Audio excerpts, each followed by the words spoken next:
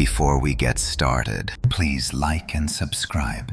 Let me know where you're watching from, and you can support the channel by clicking thanks or joining. The storm rolled over the small town of Ashburn like a restless creature, dragging its claws across the rooftops and rattling the aging windows of the Carter household. Inside the dim living room, 19-year-old Emily Carter sat curled on the sofa, wrapped in a blanket as the wind howled outside. Her father was on a night shift, her mother visiting her grandmother across the state, and Emily had decided to spend the quiet evening catching up on old horror movies. The glow of the television flickered across her face, casting long shadows that stretched across the wooden floor. At exactly 2:58 a.m., the power dipped, the lights dimmed to a strained orange glow. The TV flickered, and a loud pop jolted Emily upright. For a moment, the screen went completely black. She sighed, assuming the storm had knocked out the cable, but then the TV crackled back to life with a violent burst of static. Thick white noise spilled into the room, buzzing in her ears like a swarm of trapped insects. Emily reached for the remote, intending to turn the television off, but the screen froze her in place. Through the blinding veil of static,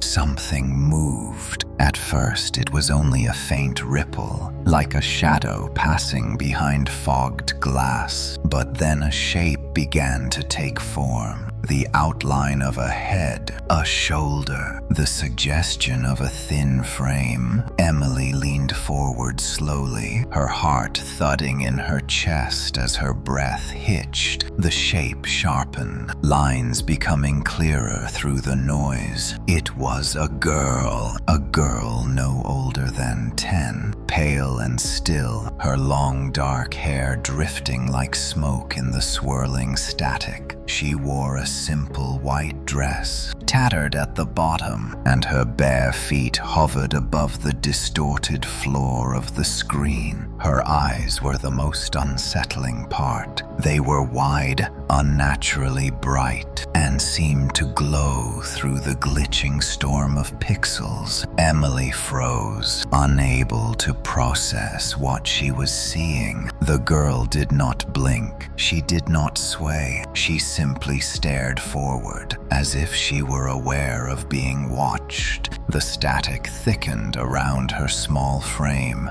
writhing like living threads of electricity. "Hello," Emily whispered instinctively, though she immediately felt foolish for speaking to a broken TV. The girl's head snapped upward. Emily jerked back against the sofa cushions. The movement had been fast, unnatural, like a puppet pulled by an invisible string. The girl's bright eyes locked onto Emily through the screen. The static deepened, growing louder, pressing against the walls like a rising tide. Emily scrambled for the remote and pressed the power button desperately. Nothing happened. She held the button down. Still nothing. The TV continued to hiss and sputter with growing intensity. Her thumb shook as she repeatedly mashed the button, but the screen refused to obey. Instead, the girl began to move closer. At first, she drifted. The static parted around her small figure, forming a tunnel of distortions as she stepped forward. Each step caused the room lights to flicker. Emily's breath came in short gasps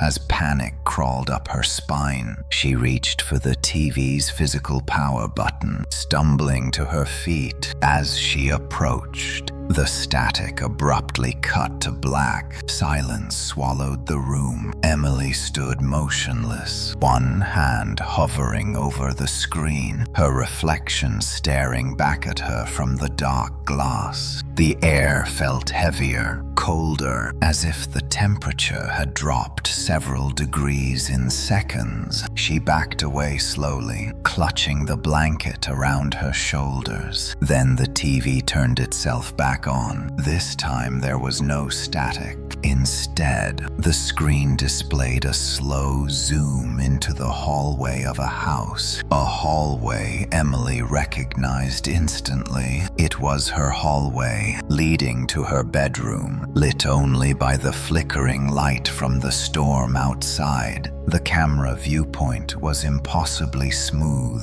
gliding forward as if someone invisible were drifting through the space. Emily's pulse hammered in her ears. She spun around to look at the actual hallway behind her. It was empty. She turned back toward the TV. The girl was now standing in the center of the hallway on the screen, her head tilted slightly, her expression blank as ever. Emily felt a tremor of cold dread flow through her. She opened her mouth to scream, but the sound died in her throat when the girl raised her small hand and knocked on the wall inside the video. The sound came from behind Emily, a soft, deliberate knock. Emily spun again, stumbling backward. Her heel caught on the rug and she nearly fell, her breath shattering into shallow gasps. The hallway was still empty, the shadows unchanged, but the knock had been real. She had heard it. She had felt it. She turned back to the screen. The girl was closer now, much closer. Her face filled the screen, glitching in and out of fragmented pixels. Her mouth opened slowly, unnaturally wide, like a tear spreading across fabric. The static returned, flooding the room like a scream only machines could produce. Emily pressed her hands against her ears. The noise tore at her, pierced into her head like needles of electricity. She felt her vision blur as the static deepened into a pulsing drone. The room flickered, her eyes burned. Then the girl whispered, not from the TV, from behind her. Emily ran. She sprinted toward the front door, her heart thundering so violently she thought it would burst. She yanked the lock open, threw the door wide,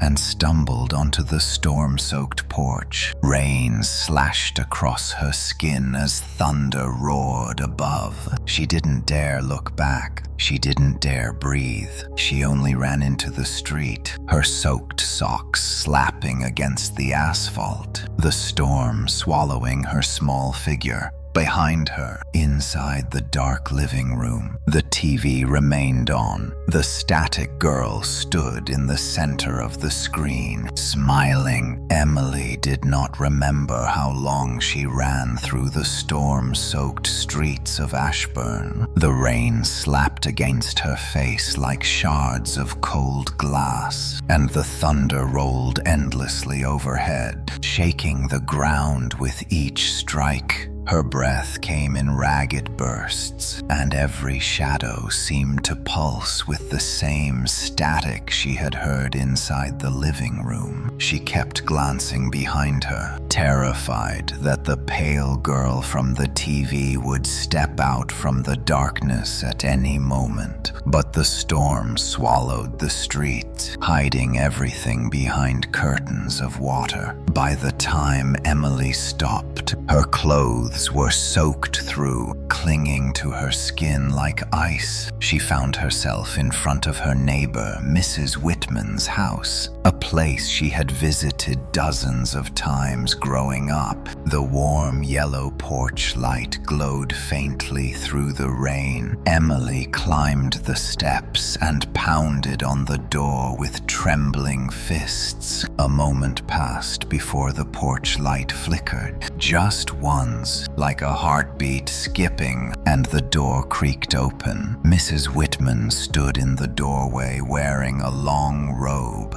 and clutching a cup of tea. Her silver hair was tied back, and her eyes widened when she saw Emily drenched and shaking. "Emily, sweetie. What on earth happened to you?"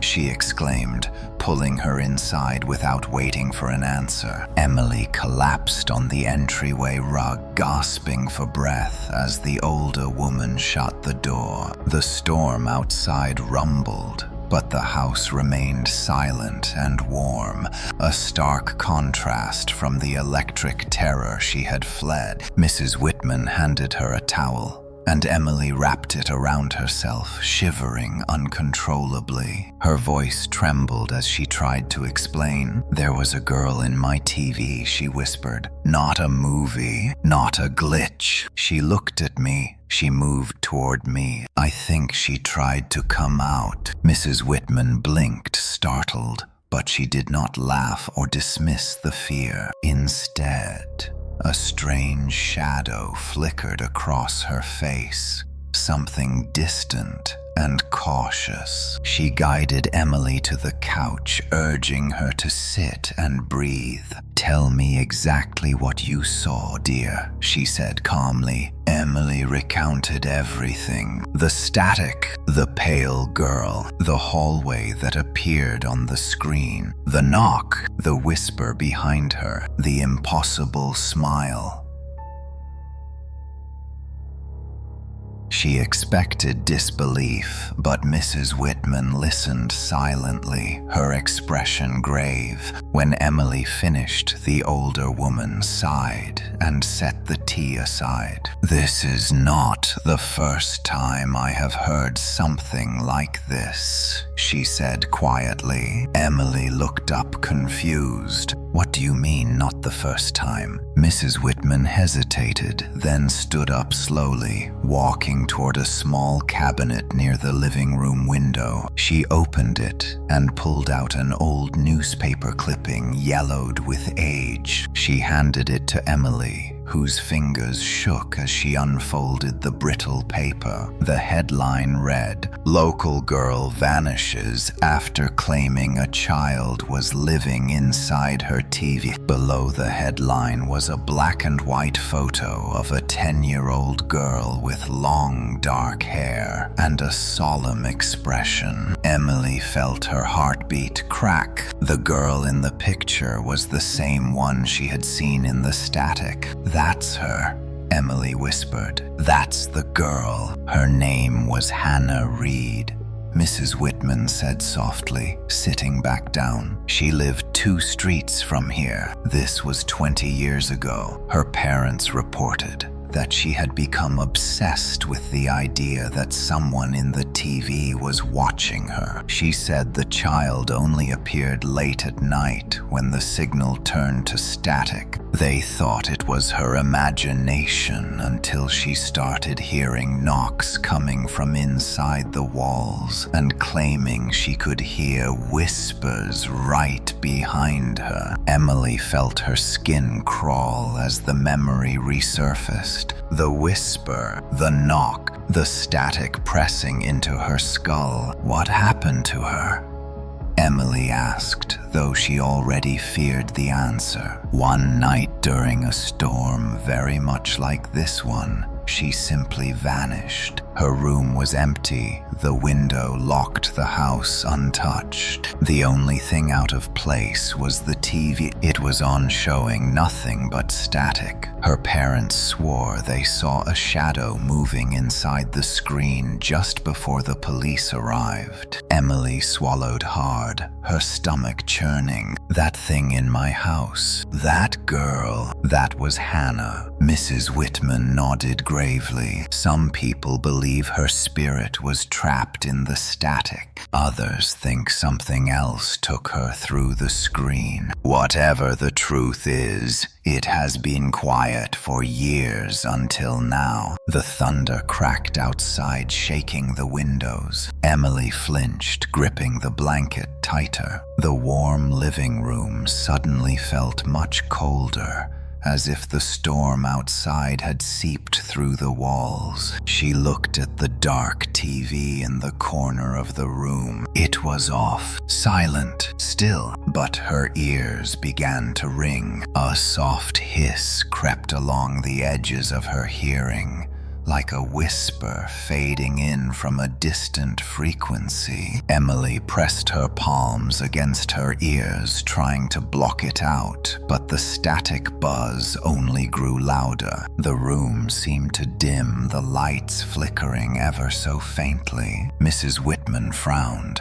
"Emily, are you all right?" Emily shook her head. "It's happening again," she whispered. Before Mrs. Whitman could respond, the TV in the corner flickered to life with a crackling burst. Static filled the screen, thick and violent. The hiss in Emily's ears deepened. The lights in the living room flickered rapidly. Emily stood slowly, backing away as shadows danced across the walls. Through the static, a shape began to form. No, not again," Emily stammered. The figure sharpened into a small frame, a pale silhouette, a familiar white dress. The girl drifted closer until her face pressed against the inside of the screen, glitching in and out of clarity. Her bright eyes locked onto Emily. The static suddenly stopped. The screen turned pitch black. Emily exhaled, shaking. Then Hannah spoke.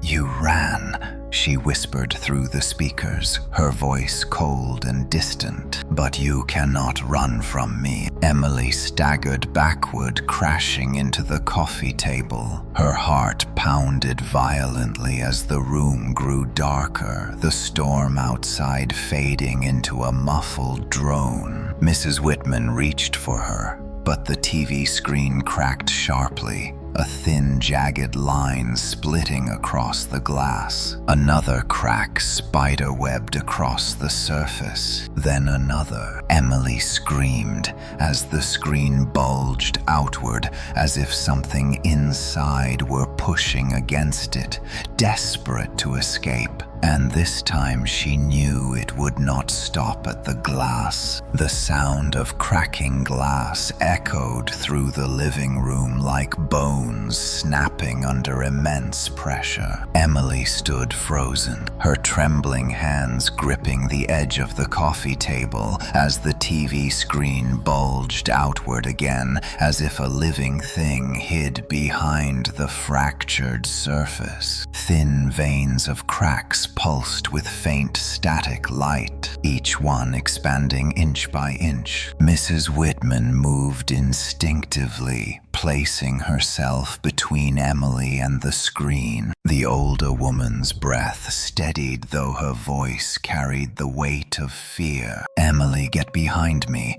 Do not look at her directly. Do not let her see you clearly." But it was too late. Emily felt it before she saw it. A faint vibration humming in her skull, like the static was crawling inside her head, trying to claw its way deeper. She clutched her temples, staggering as the room warped around her. The walls bent, slightly bending like reflections in water, the furniture glitching at the edges as though reality itself was losing its grip. The screen cracked again, this time with enough force to spray glass fragments across the floor. A pale hand pressed through the opening, the small fingers twisted unnaturally, bending backward, then forward, as they searched for leverage. Emily let out a choked cry as the hand pushed further, followed by the delicate wrist and part of a forearm, marred by crawling lines of static that slithered across the skin. Mrs. Whitman reached behind her and yanked Emily backward,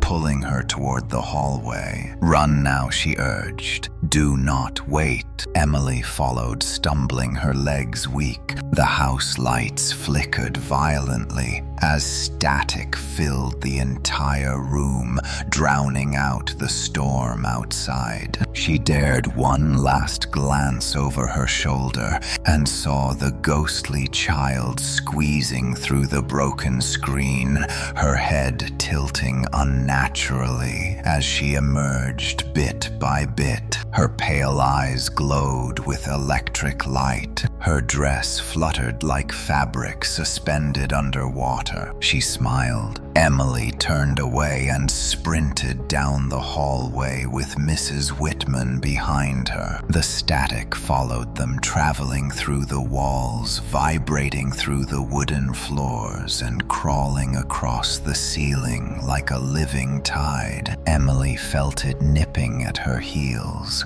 as if invisible hands tried to drag her back toward the living room. "Get to the basement," Mrs. Whitman shouted. "The signal is weaker down there. She cannot fully manifest where there is no electricity." Emily nodded and threw herself at the basement door. Fumbling with the knob, she yanked it open and the two women started down the creaking stairs. The air grew cold with each step as the faint static thinned, though it still pulsed in Emily's skull. The basement was dark, lit only by a small emergency lantern on a dusty shelf. As they reached the bottom, Mrs. Whitman slammed the door shut and locked it. For a moment, the static above them dimmed, the crackling sound fading into muffled echoes. Emily collapsed on a wooden crate, her breath shaking. Mrs. Whitman paced back and forth, eyes fixed on the ceiling. "I hoped this would never happen again," she murmured. "I prayed the stories were nothing more than frightened memories." But she has returned stronger than before. Emily forced herself to speak. "Why me? Why is she coming after me?" "Because you saw her,"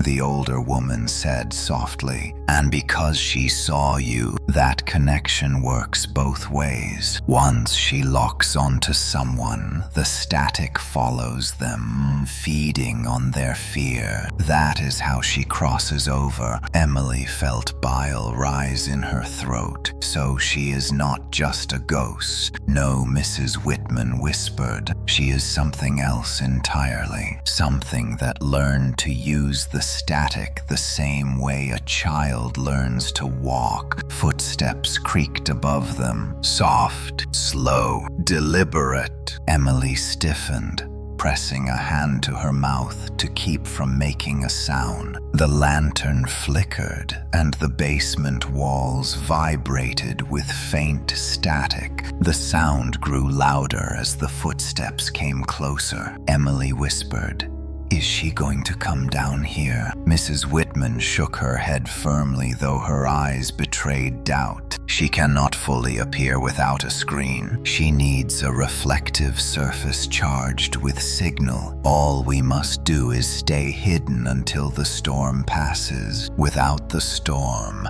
she cannot gather enough energy to force her way out." Emily nodded, though her fear gnawed deeper. The static inside her skull seemed to pulse more intensely the longer she waited, as if Hannah was whispering inside her mind. Emily squeezed her eyes shut, fighting the sensation. But it grew stronger, spilling images into her brain. She saw the hallway again, the one from the TV, but this time she stood inside it, as if her consciousness had been dragged into the screen. The walls glitching the ceiling, stretching the floor, bending like a warped mirror. And at the end of the hallway, the ghost girl waited. Her smile widened. Emily gasped and snapped back to reality. Mrs. Whitman hurried to her side. "She is trying to pull you in," she whispered. "Emily, you must fight it. Do not let the static control your mind." "I am trying." Emily cried. But it is getting stronger. The footsteps above them stopped. Silence filled the air, heavy and suffocating. Then a small voice drifted through the cracks in the basement door. Emily. Both women froze. The voice was not human. It carried the distortion of broken speakers and glitching frequencies. It sounded like three voices overlapping at once, all whispering the same name. Emily covered her ears, shaking her head violently. Make her stop. Please make her stop. Mrs. Whitman grabbed Emily's shoulders. Look at me. Focus on my voice. Do not listen to her. But the static grew louder, drowning everything. The house shook as something moved above them. The doorknob rattled slowly, turning as if a child on the other side was testing it. The lantern dimmed almost to darkness. Then the basement lights exploded, sending sparks showering across the room. Emily screamed. Shards of glass rained down as the static roared through the basement like a living storm. The walls pulsed. The air vibrated and the sound burrowed inside Emily's mind, tearing at her thoughts. She clutched her head, falling to her knees. The basement door cracked. A small hand pushed through the wood. Mrs. Whitman rushed forward, grabbing Emily and pulling her toward the far side of the basement, where an old metal storage cabinet stood. She shoved the door open. Inside was a narrow crawl space leading to the storm cellar. Go, she cried. Crawl through. I will hold her back. Emily stared at her, horrified. No, I am not leaving you. You must. If she gets you, she will never stop. Please, Emily, run. Tears blurred Emily's vision as the static storm erupted behind them. She crawled into the narrow passage, her breath shaking uncontrollably. The sound of splintering wood echoed as Hannah forced her way into the basement. Mrs. Whitman screamed, Emily, run! Emily crawled faster, deeper into the darkness, while the static girl emerged behind her. The crawl space felt endless as Emily moved through the narrow darkness, her palms scraping against cold dirt and splintered wood. Each breath echoed in her ears, mingling with the faint static that still pulsed in the back of her skull. The air smelled of soil and rust, thick and suffocating. She forced herself forward, inch by inch, desperate to reach the storm cellar at the other end. Behind her, the sound of chaos erupted in the basement, a mixture of splintering wood, hissing static, and Mrs. Whitman's terrified cries. Emily, hurry!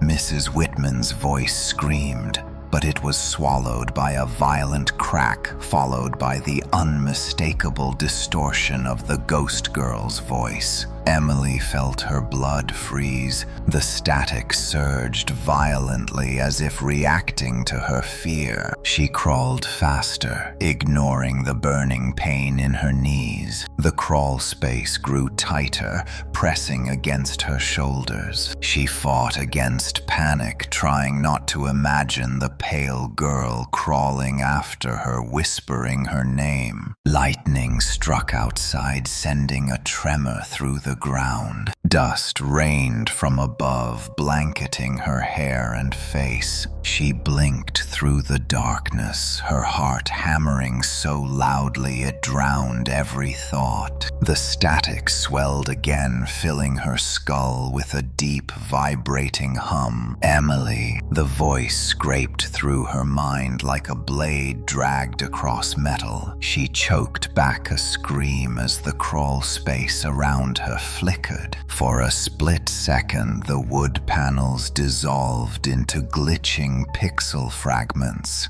revealing the distorted hallway from the TV. The walls bent inward, the floor rippling like liquid. At the far end, the ghost girl stood waiting, smiling with wide, glowing eyes. Emily jerked forward, breaking the hallucination. The crawl space returned, but the static lingered, leaving an acidic sting in her mind. She pushed harder, reaching the end of the passage where a metal hatch led into the storm cellar. With trembling fingers, she unlatched the rusted lock and shoved the hatch open. Cold air rushed in, carrying the scent of rain and mud. She climbed down into the storm cellar, landing on unsteady feet. The cellar was small, with stone walls and a dirt floor scattered with old gardening tools and crates covered in cobwebs. A dim battery-powered lantern flickered in the corner,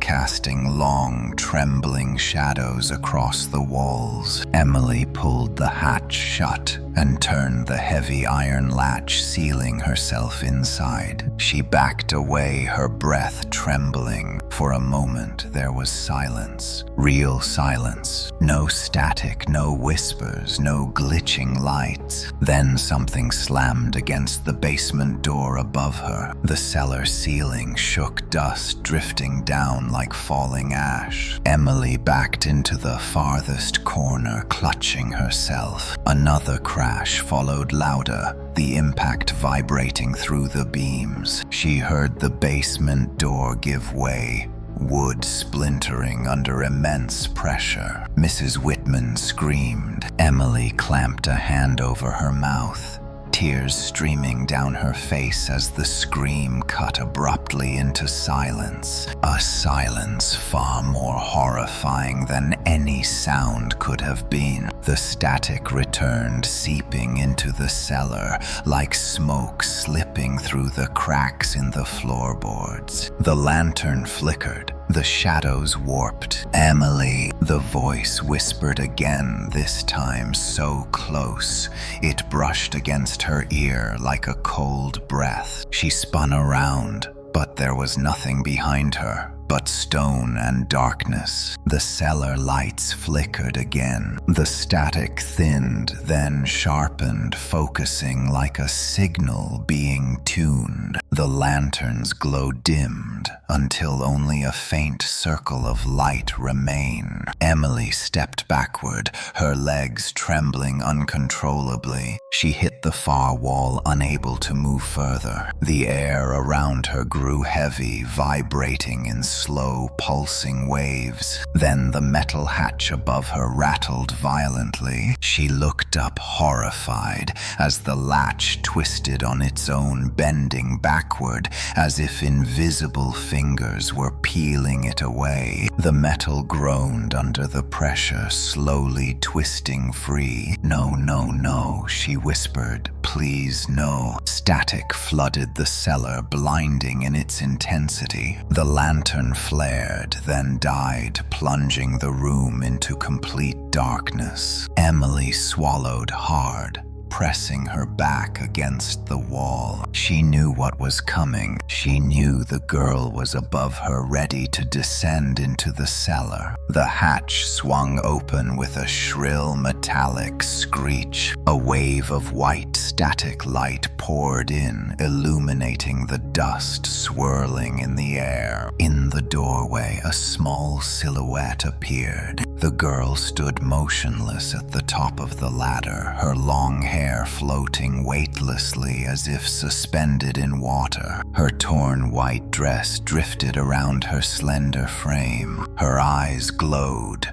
like twin spheres of static distortion. Emily pressed herself deeper into the wall. "Please," she begged, voice cracking. "Please leave me alone." The girl began descending the ladder, one slow step at a time. Each movement made the cellar shake, the static deepening into a low-frequency drone that rattled Emily's bones. Her feet never touched the ladder yet. She moved gracefully downward, hovering inches from each rung. When she reached the ground, She tilted her head slightly as if studying Emily. Her smile grew wider, stretching unnaturally far across her face. "You cannot hide from the signal," she whispered. "You belong to it now." The static surged blindingly bright. Emily screamed, covering her eyes as the world dissolved into flashing distortions. The cellar walls bent, the floor rippled, and the lantern shattered into pixel fragments that melted into static fog. The ghost girl reached out her small hand. Static threads extended from her fingers like living wires reaching for Emily's face. Emily pressed hard against the wall, trying to slip away, but there was nowhere left to go. The static reached her fingertips and burned like ice,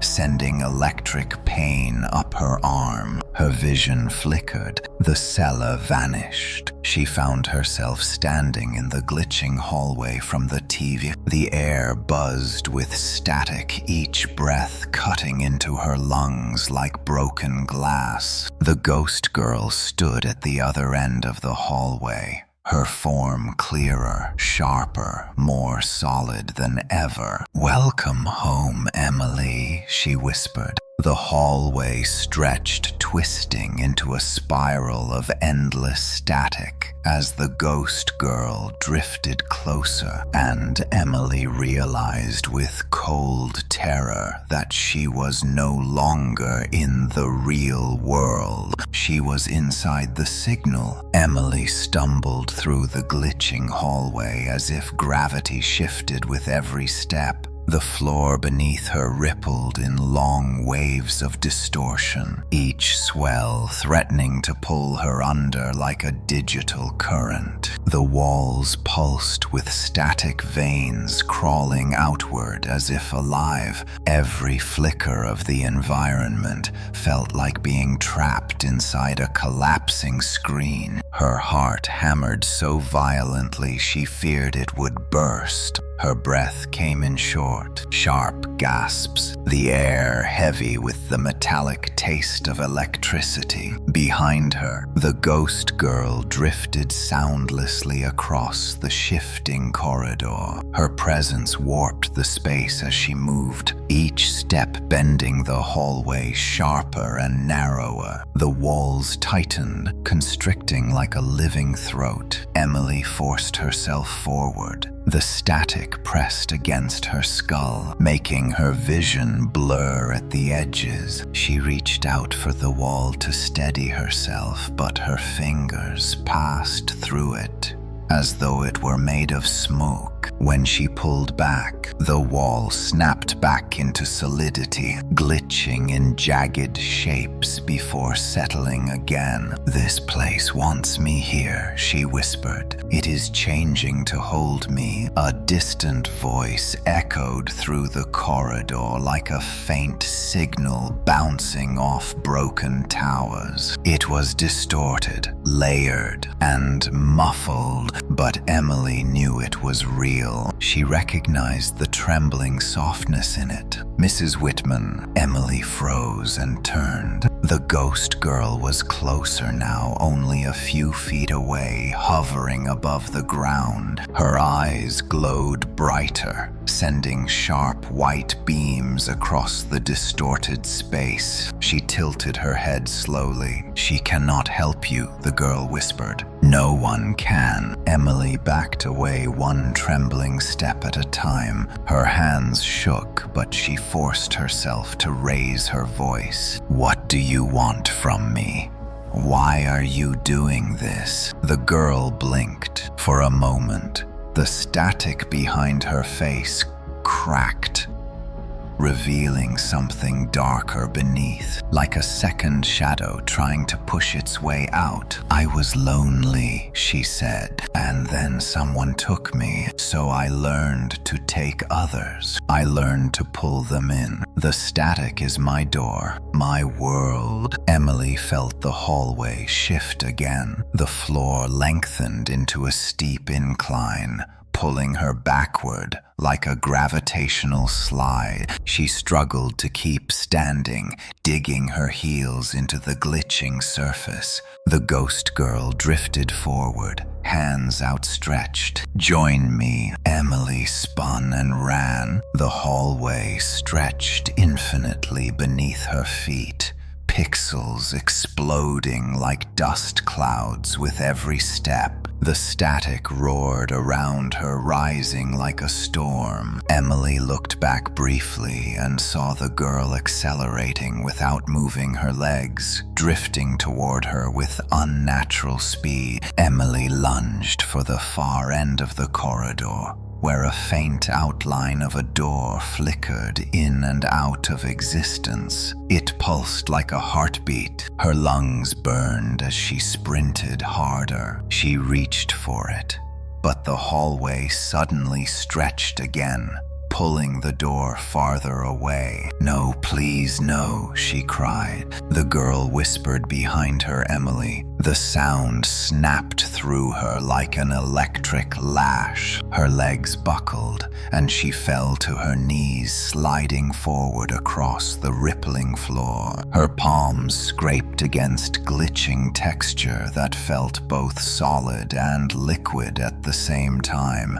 She pushed herself up, fighting the pull of the static storm. Then she heard a voice. "Emily!" This time it was not the girl, it was her father. Emily froze. She knew that voice, loved it, trusted it, but he was not here. He was miles away at work. She turned slowly toward the sound. Through a window of distortion in the left wall, she saw an image playing out. Her living room, her father sitting on the couch. He turned his head weakly toward the screen, eyes hollow as if drained. Emily reached toward him instinctively. "Dad," she whispered. But when he opened his mouth to speak, his voice fragmented into static pulses. "Help me, Emily." The image flickered and vanished, leaving only the swirling corridor behind. Emily staggered backward, horrified. She realized the truth. The static was using her memories against her. She turned and ran again. The shifting hallway bent into spirals, twisting like a maze of broken signals. She forced herself through each turn, ignoring the ghost girl's distant whispers, calling her name over and over. Her head throbbed with each pulse of static.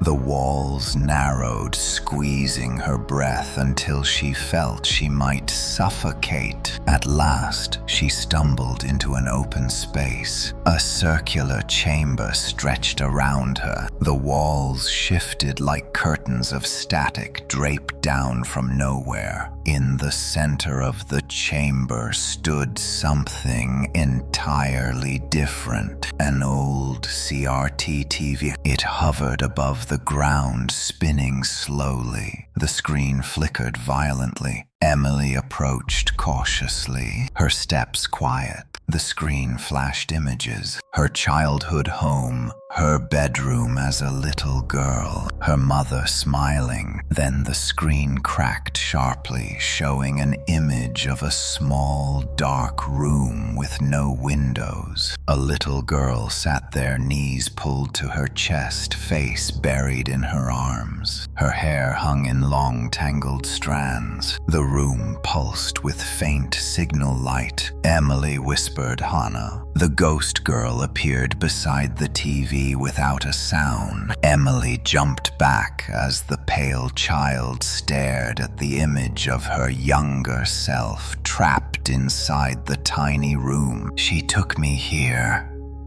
the ghost girl whispered. The signal did. It wanted a host. It wanted a voice. "And it will take you too." Emily shook her head, tears streaming. "I am not letting you take me. I am not letting this thing win." The girl turned her glowing eyes toward her. "You already let it in. When you saw me." Emily felt her chest tighten. Was that true?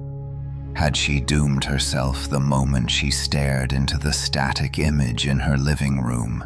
She pushed the thought aside. She had to find a way out. She faced the floating CRT TV. If the static used it as a door, then maybe she could force it open from this side. Maybe there was a way to break free. Emily lifted her hand. The TV screen rippled. The static thinned. For a moment, she saw a glimpse of the real world. Her storm cellar, the hatch hanging open. She reached for it, but the ghost girl screamed. The chamber split, erupting into violent static. Emily cried out as the floor dropped beneath her. She fell through a spiral of glitching light and static noise. The girl's scream echoed above her, twisting into distorted layers. Then everything went black, and she heard the faint hum of electricity. She was falling back toward the real world, or toward something much worse. Emily fell through darkness that was not truly dark. It pulsed with flickers of white noise, as if she were drifting through the inside of a dying signal. Her body felt weightless, then unbearably heavy, as though gravity shifted from one extreme to another in rapid bursts. The hum of static echoed inside her skull, vibrating through her bones. She tried to scream, but no sound left her mouth. Her voice dissolved into glitch fragments that scattered like broken pixels. A flash of blinding white light pulled her downward. Her stomach lurched as she crashed onto a hard, uneven surface. Pain shot through her arms and knees. She gasped for breath, lifting her head slowly. The world around her was still glitching, but it was no longer the corridor or the static chamber. She was somewhere between the real world and the signal. The ground beneath her looked like concrete,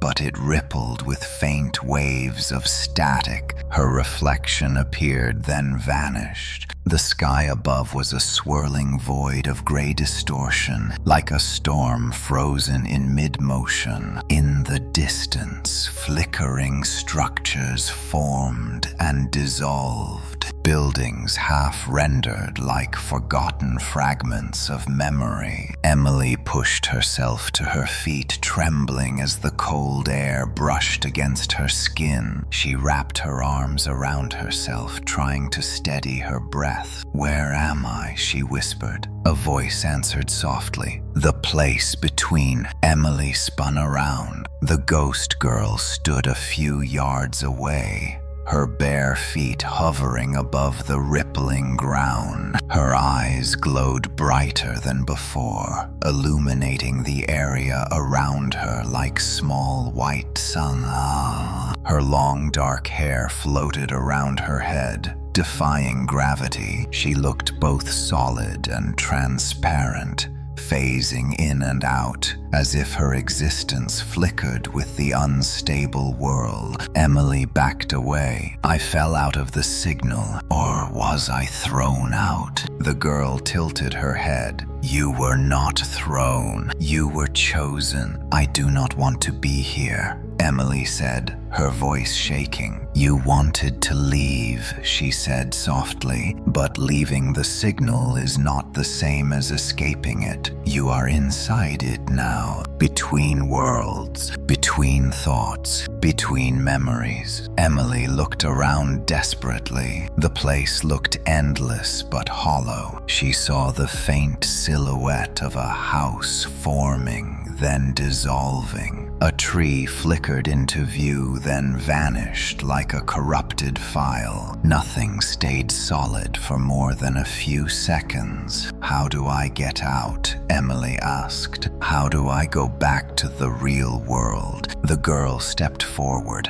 and the static rippled around her. "There is only one door, but you will not like where it leads. Emily clenched her teeth. I have to try. The girl stared at her with an expression that looked almost human, almost sad. Why do you run so hard? Why do you fear being alone here? It is better than the world out there. Emily shook her head. No, I belong out there, not in this place. A faint smile touched the girl's face. I thought the same once, before the signal called me, before it learned my name. Emily took another step back. What do you mean, learned your name? The girl raised one small, pale hand and pointed at Emily. It knows yours now. The ground beneath Emily trembled. A wave of static burst outward from the girl's feet, racing across the field of distortion. The air buzzed sharply. The sky darkened. Shadows flickered through the static storm like silhouettes trying to form into shapes. Emily braced herself, her heart thundering. She knew she could not outrun static. She could not fight it, but she could survive if she moved quickly. Where is the door? She demanded. The girl hesitated, as if torn by two opposing forces. Her voice cracked slightly when she spoke.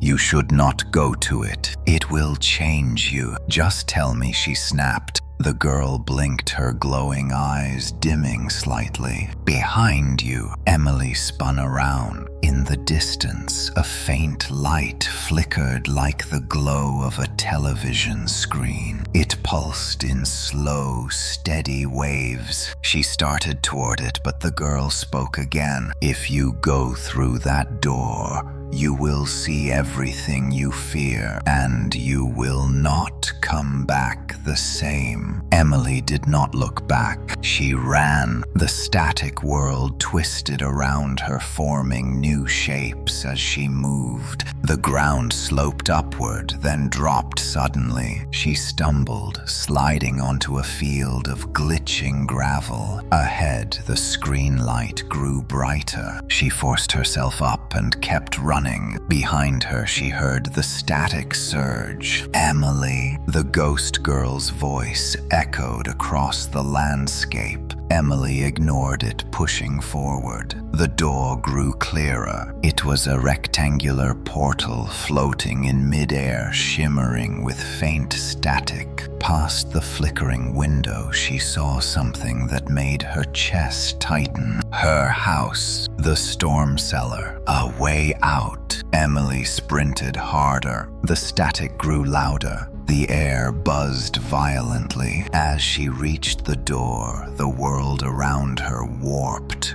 pulling her backward, as if the entire dimension fought to keep her. She grabbed the edge of the screen frame, feeling the cold electric sting run through her arms. Suddenly, a hand grabbed her shoulder. Emily screamed, twisting around. The ghost girl stared at her, expression filled with something new, fear. Do not go, she whispered. If you go back, the signal will go with you. Emily swallowed. Then help me stop it. Help me stop you. The girl jerked back as if the words wounded her. For a moment, her form flickered, showing the terrified child she once was beneath the static shell. Emily. The voice this time was broken, soft, like begging. Emily pulled free and lunged into the screen. The world exploded in white light. The static roared. Her body ripped through the boundary like paper tearing. When the light faded, she crashed onto cold concrete.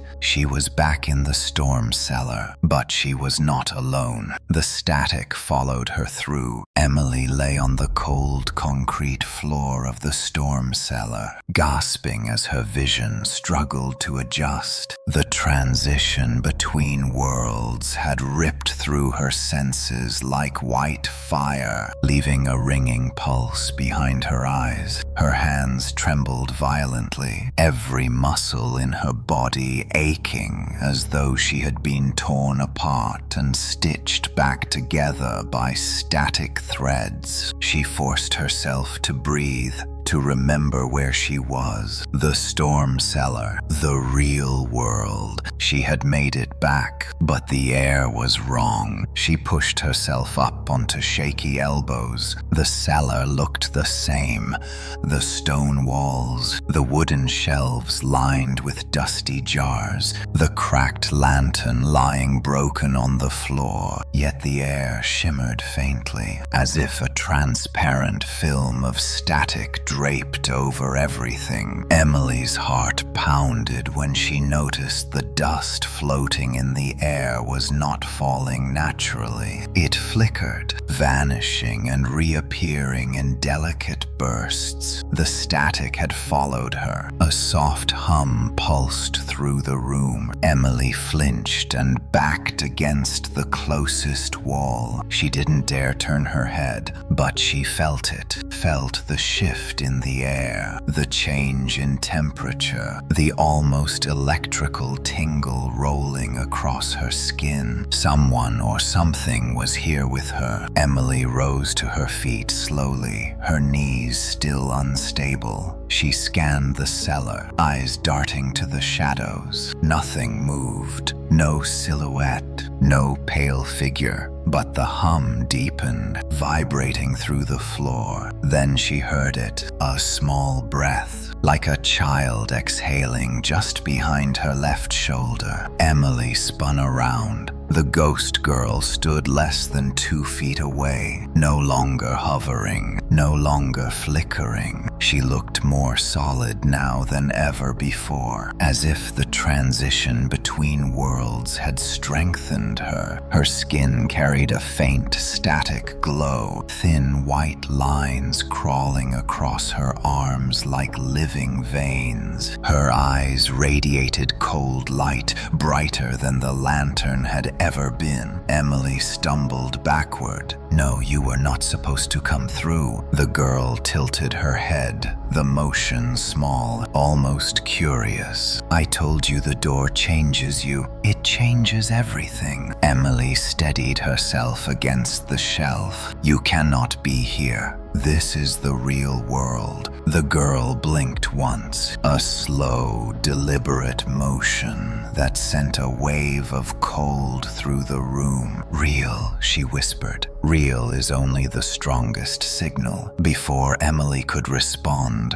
the lights in the house above flickered sharply. The hum in the cellar intensified. The ground trembled beneath her feet. She heard something break upstairs, glass shattering like an echo carried by the storm. Emily's breath quickened. She needed to get out. She needed to warn someone. Anyone. She turned toward the cellar ladder, but the ghost girl stepped into her path without walking. She drifted forward 1 inch at a time, her bare feet gliding over the floor. Static threads spread outward from her toes across the concrete, forming branching patterns like frost. "You brought me back," she said softly. "The signal rides what it touches. You touched it, and now it spreads." Emily's chest tightened. "What do you want from me?" The girl raised her hand. Emily flinched, expecting the cold sting of static, but the girl did not strike her. Instead, she pointed upward toward the cellar ceiling. "They will come for you. They always do. The signal calls to those who hear it." Emily shook her head. "I do not understand." But she did understand. Deep down, she had known since the first night, since the first moment the static had looked back at her through the TV screen. It had marked her, connected to her, and now everything the signal touched would be drawn to her as well. The lights above flickered again, slower this time. Emily heard footsteps walking walking across the floor of the house. Slow, heavy, unsteady. They were not her father's footsteps, not her mother's, not Mrs. Whitman's. These footsteps dragged. Emily swallowed a cry. Someone is in my house. The ghost girl's smile widened unnaturally. Not someone. She lifted her hand again. The cellar bulb flickered and died. Darkness swallowed the room. Emily's breath caught in her throat as she felt a wave of cold static sweep past her. The ghost girl's eyes glowed faintly, two small white orbs in the dark. The footsteps upstairs stopped. Then another sound followed. A voice. Emily. But the voice was wrong. It sounded like Emily's mother, but layered with distortion, as though played through a cracked speaker. Emily shook her head,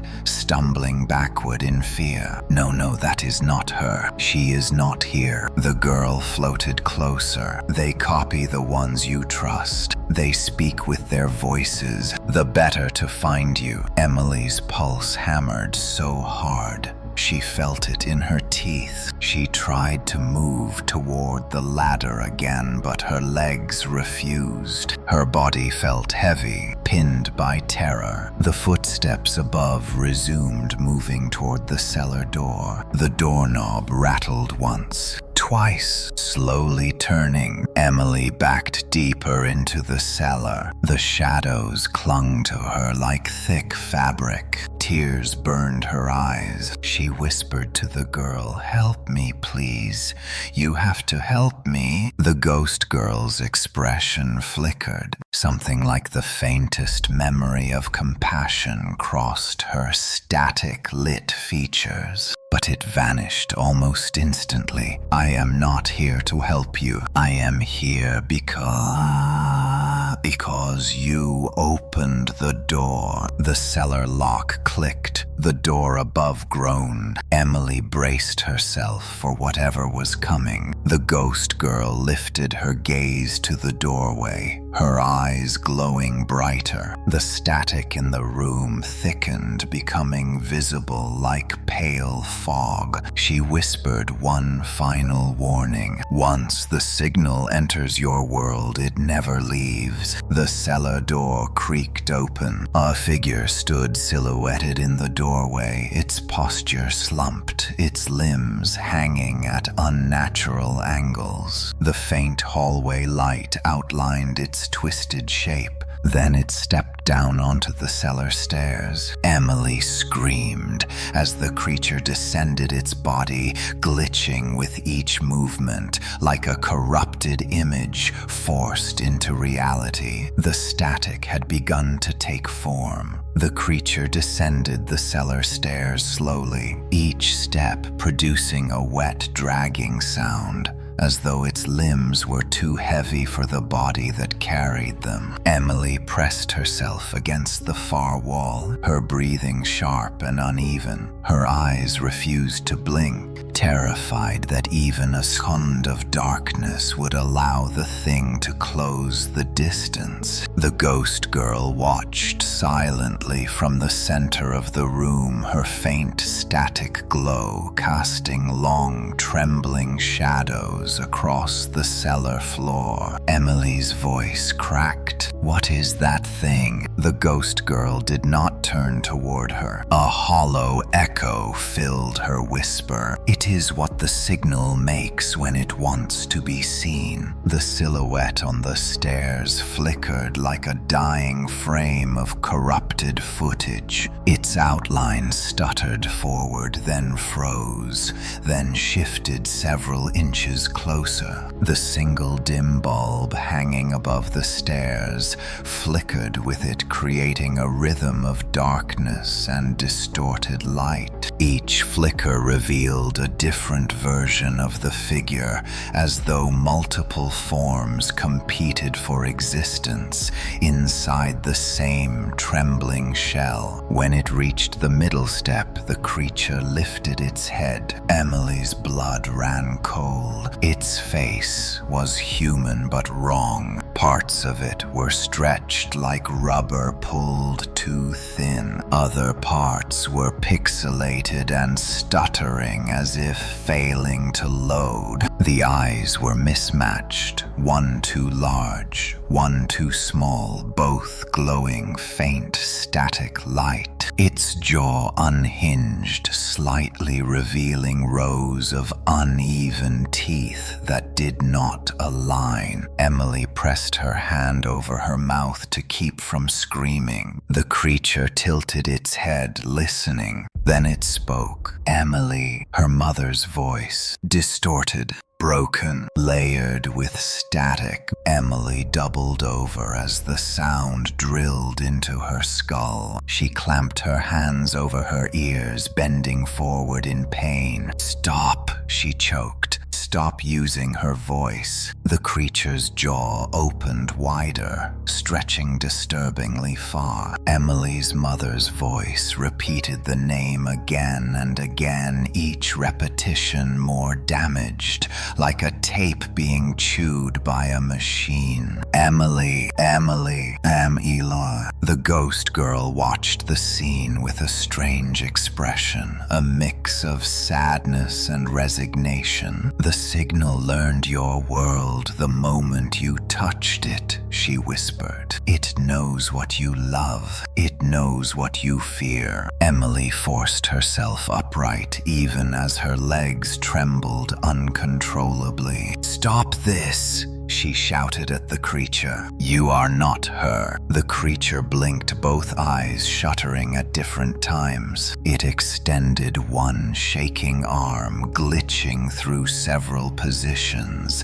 as though fast-forwarding in fractured segments. The fingers were too long, too thin, each joint bending incorrectly. It stepped off the stairs. Emily stumbled sideways, trying to keep distance. Her back hit the metal storage cabinet with a loud clang. The creature jerked toward the sound instantly. Its head snapped in her direction, its neck twisting at an unnatural angle. Emily's breath caught in her throat as the creature lunged. The ghost girl raised her hand. A pulse of static burst outward like a shockwave. It slammed into the creature mid-leap, sending it crashing into the opposite wall. Dust exploded from the impact and the concrete rippled briefly before stabilizing. Emily stared at the ghost girl, stunned. "You saved me." The girl's expression did not change. "I stopped it. Saving you is something else." The creature writhed on the floor, its limbs bending wrong as it tried to stand. The static pulse had disrupted its form, but not destroyed it. It convulsed violently, pixels scattering from its body like sparks. A low warbling sound escaped its throat. Emily looked toward the cellar door. If she could get past it,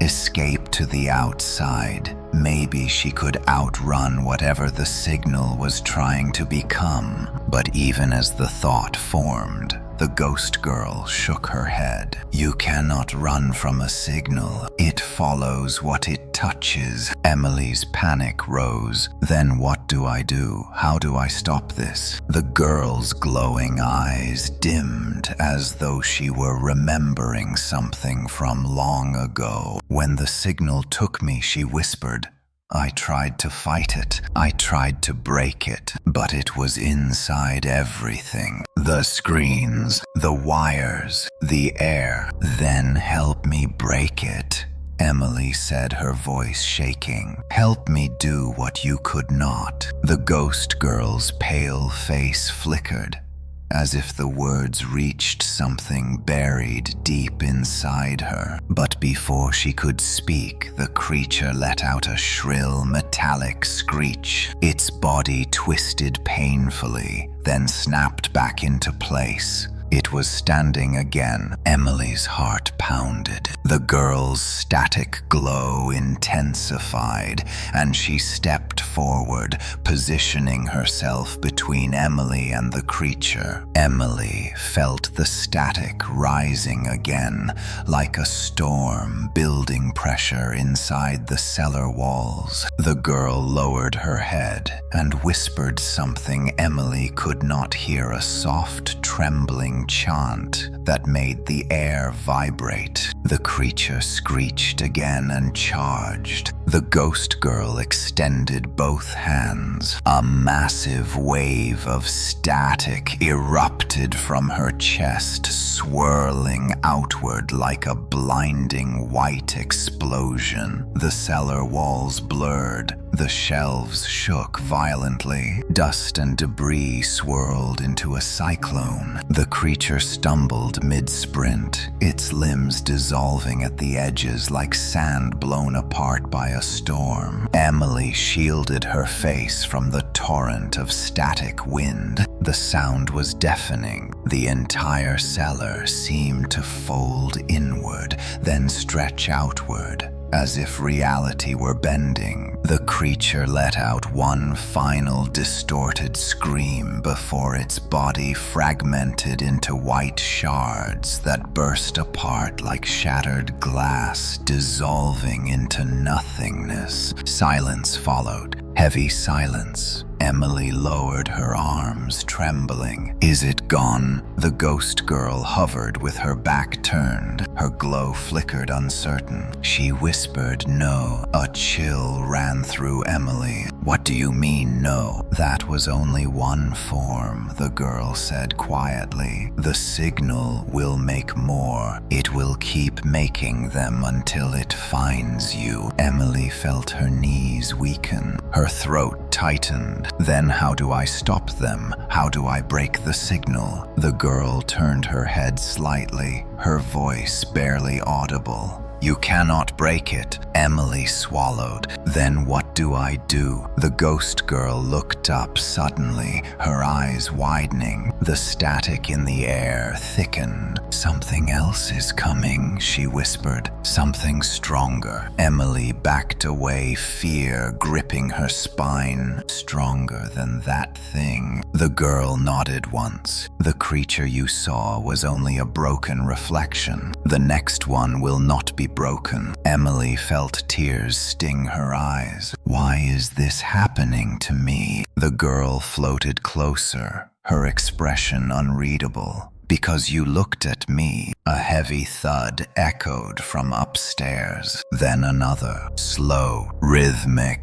like something large moving through the house. Emily's blood ran cold. Something bigger than the creature was approaching. The ghost girl drifted toward the center of the cellar, her hair floating outward as static radiated from her small frame. It knows where you are, she whispered. Another thud. The ceiling dust shook loose. Emily stared upward, frozen. Something enormous was walking above them. The signal had found her again. The thudding above grew heavier, as if something massive dragged its weight across the wooden floorboards of the house. Each impact sent dust drifting from the cellar ceiling like falling ash. Emily pressed both hands against her ears, trying to block the sound, even though it came not only from above, but from inside her skull. The static pulsed in her mind like a second heartbeat.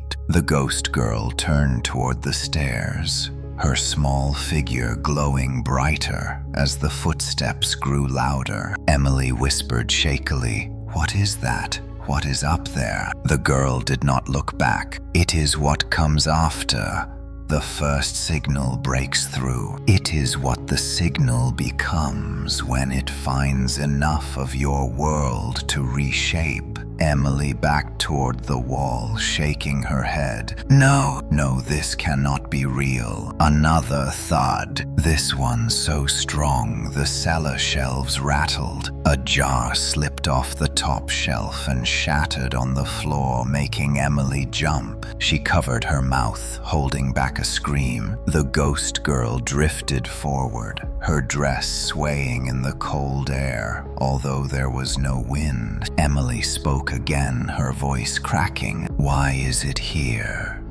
Why is it coming after me? The ghost girl's face flickered with static. Because it sees you now. Because you are part of it. Emily's knees weakened. I do not want to be part of anything. I want this to stop. The girl's voice softened almost painfully. Once you see the signal, it never lets you go. Before Emily could respond, a long, dragging scrape echoed above them. It did not sound like footsteps now. It sounded like something enormous pulling itself across the floor, inch by inch. Wood groaned under the weight. The walls trembled. The cellar light flickered violently, as if something fed on its energy. Emily clutched the shelf behind her. Tears blurred her vision. Why does it sound so big? Because it is bigger than what you fear, the girl whispered. It grows from fear. It grows from signal. It grows from you. Emily shook her head. I do not believe that. I do not accept that. The ghost girl slowly turned toward her. Believing does not matter. The signal believes enough for both of us. A sudden silence fell so abruptly that Emily's breath caught. Even the static inside her mind paused. The entire house went still. Emily felt every muscle in her body tense. Then the cellar door above them began to creak. Not from being pushed, not from being opened, from being bent. Emily stared upward, horrified, as the wooden door arched downward, as though something heavy pressed on the center. The hinges groaned, and a deep rumbling crack ran across the wood grain. Emily whispered in terror, "It is coming down here." The ghost girl floated backward, positioning herself between Emily and the stairs. The air around her rippled with rising static. Her eyes glowed so bright they cast moving patterns across the cellar walls. The cellar door bent further. A massive shadow formed above it, long, twisted, too many joints. The silhouette shifted in rhythmic spasms, as though the creature above did not understand how to move in a human shape. Emily backed until her spine hit the cold stone wall. She could not breathe. She could barely think. The ghost girl raised her hands slowly, and the static around her spun in tight circles like an invisible storm building pressure. The cellar door cracked in half. Emily screamed and shielded her head with her arms as wood splintered and fell around her. Dust filled the air. The hanging light swung in frantic circles, throwing wild shadows across the room. A large shape crouched at the top of the stairs. Emily forced her eyes open just enough to see the outline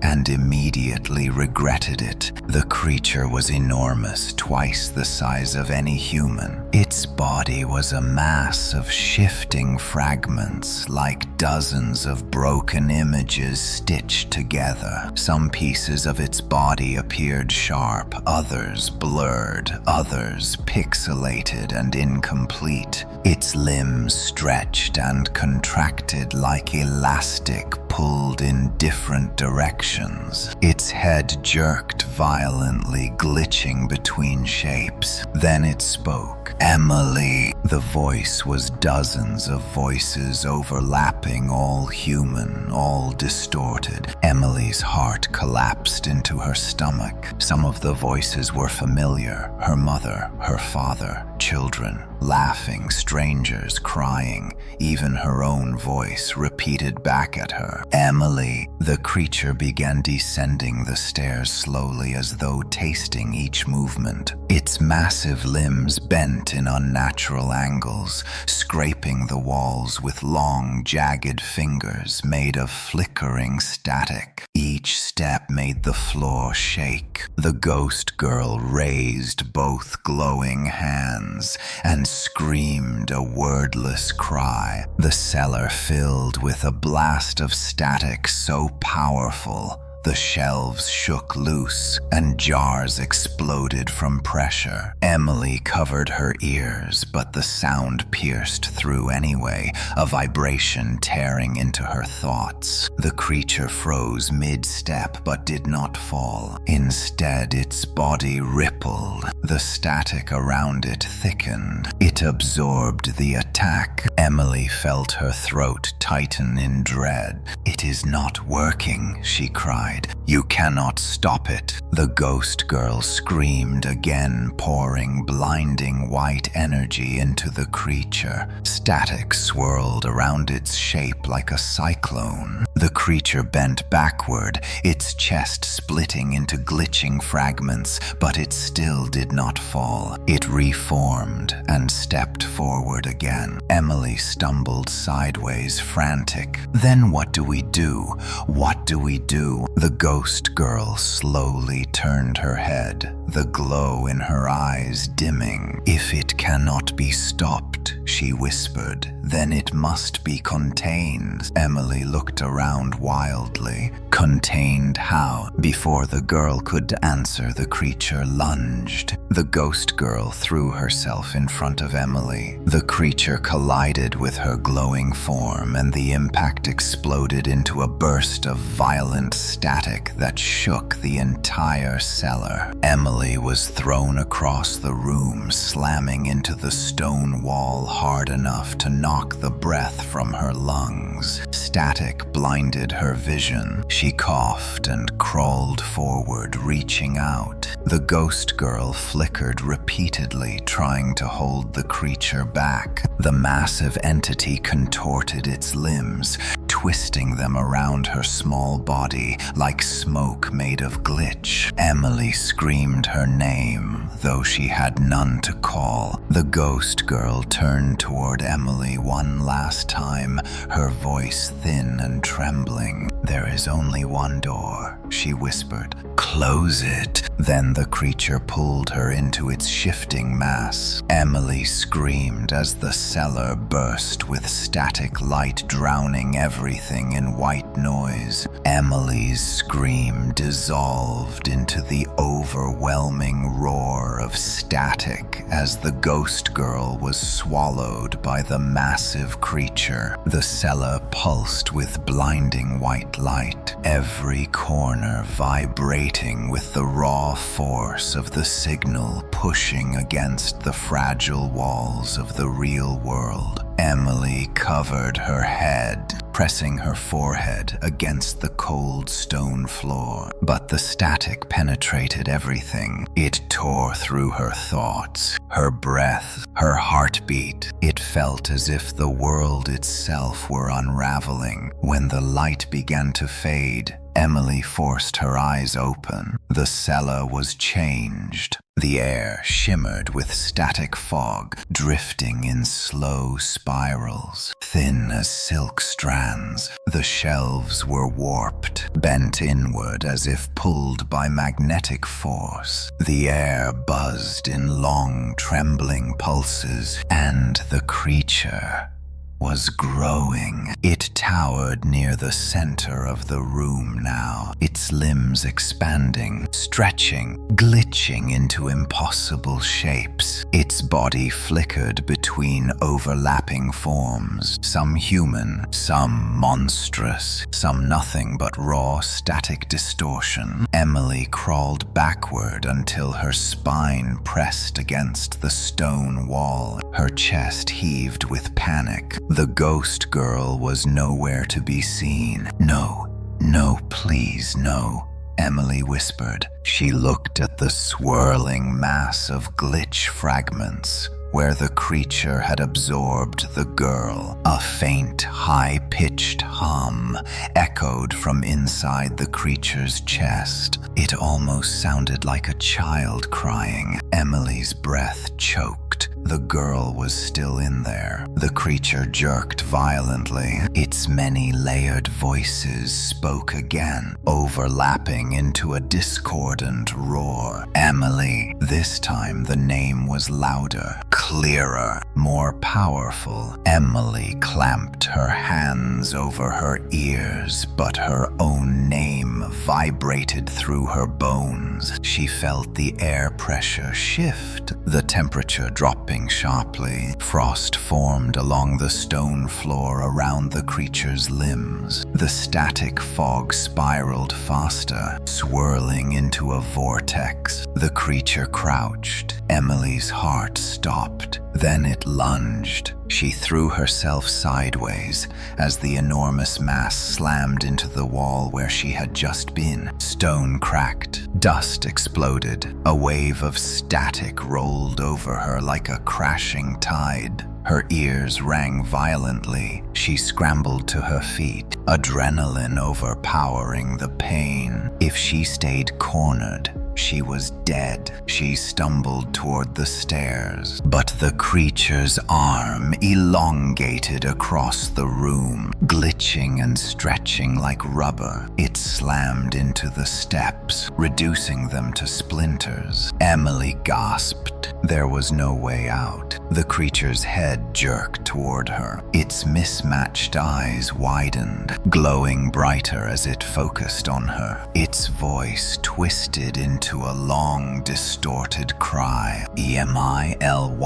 She staggered backward, searching desperately for anything she could use to defend herself. But what weapon could hurt something made of static signals and corrupted matter? Then she heard something. A faint sound, soft, familiar, a whisper. Emily. Her head snapped toward the far corner of the cellar. The air shimmered. A small silhouette began to form slowly from glitch fragments, drifting like dust in a beam of light. The ghost girl. But she was faint, flickering as though her existence was held together by threads. Her eyes were dimmer, her form unstable. Emily's breath caught. The girl lifted her head, her lips trembling. "Close it," she whispered. Emily crawled toward her. "Close what? How?" The creature roared behind them, the sound shaking the ceiling. Emily turned in time to see it pulling its body free from the cracked wall, its limbs elongating unnaturally. The ghost girl struggled to stay formed, her glow flickering in pain. "The door," she whispered, "the door between worlds. You opened it when you looked at me, when you let the signal in. You must close it." Emily's heart pounded. The door, the signal, the portal she had fallen through between worlds. But she was back now. How was she supposed to close something she could not see? The ghost girl pointed to Emily's chest. "It is inside you. The signal is in you. You must push it out, force it closed from within." Emily felt her breath stop. the connection she had sensed since the first night the static spoke to her, the pull of the signal, the other world calling to her. The creature moved again, its limbs twisting violently. Its shadow engulfed the cellar. The ghost girl rushed forward, grabbing Emily's hands with her flickering ones. Her voice cracked with urgency. "If you do not close it, the signal will take your world. It will spread until nothing remains. There will be no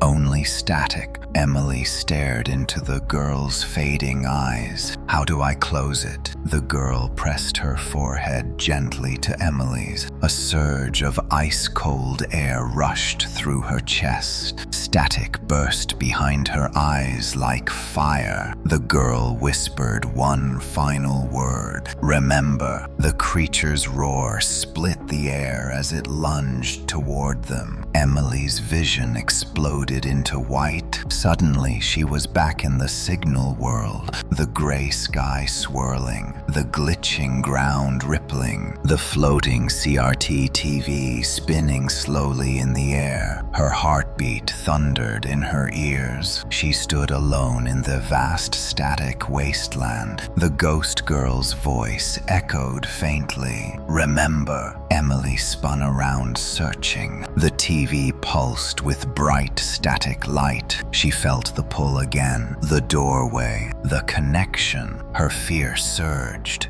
but she forced herself to move. She ran toward the TV. The static thickened around her legs, fighting her movements. The air screamed with overlapping signals. She reached the TV and placed both hands on its flickering screen. It burned like ice. The static surged into her arms. Her whole body trembled. "Close it," she whispered. "Close it, close it, close it." She felt the signal inside her chest, a pulsing thread connecting her to the void behind the screen. She pushed against it with every part of her mind, shoving it back, forcing it shut. The static screamed. Her bones vibrated. She felt the world splitting around her. In the real world, the creature froze. Its limbs jerked violently. Its body twisted as though pulled backward. In the signal world, Emily screamed as she forced the door closed. The CRT TV cracked. The screen splintered. The static turned inward, collapsing like a dying star. The connection snapped. Emily fell backward onto the glitching ground, gasping for breath. In the real world,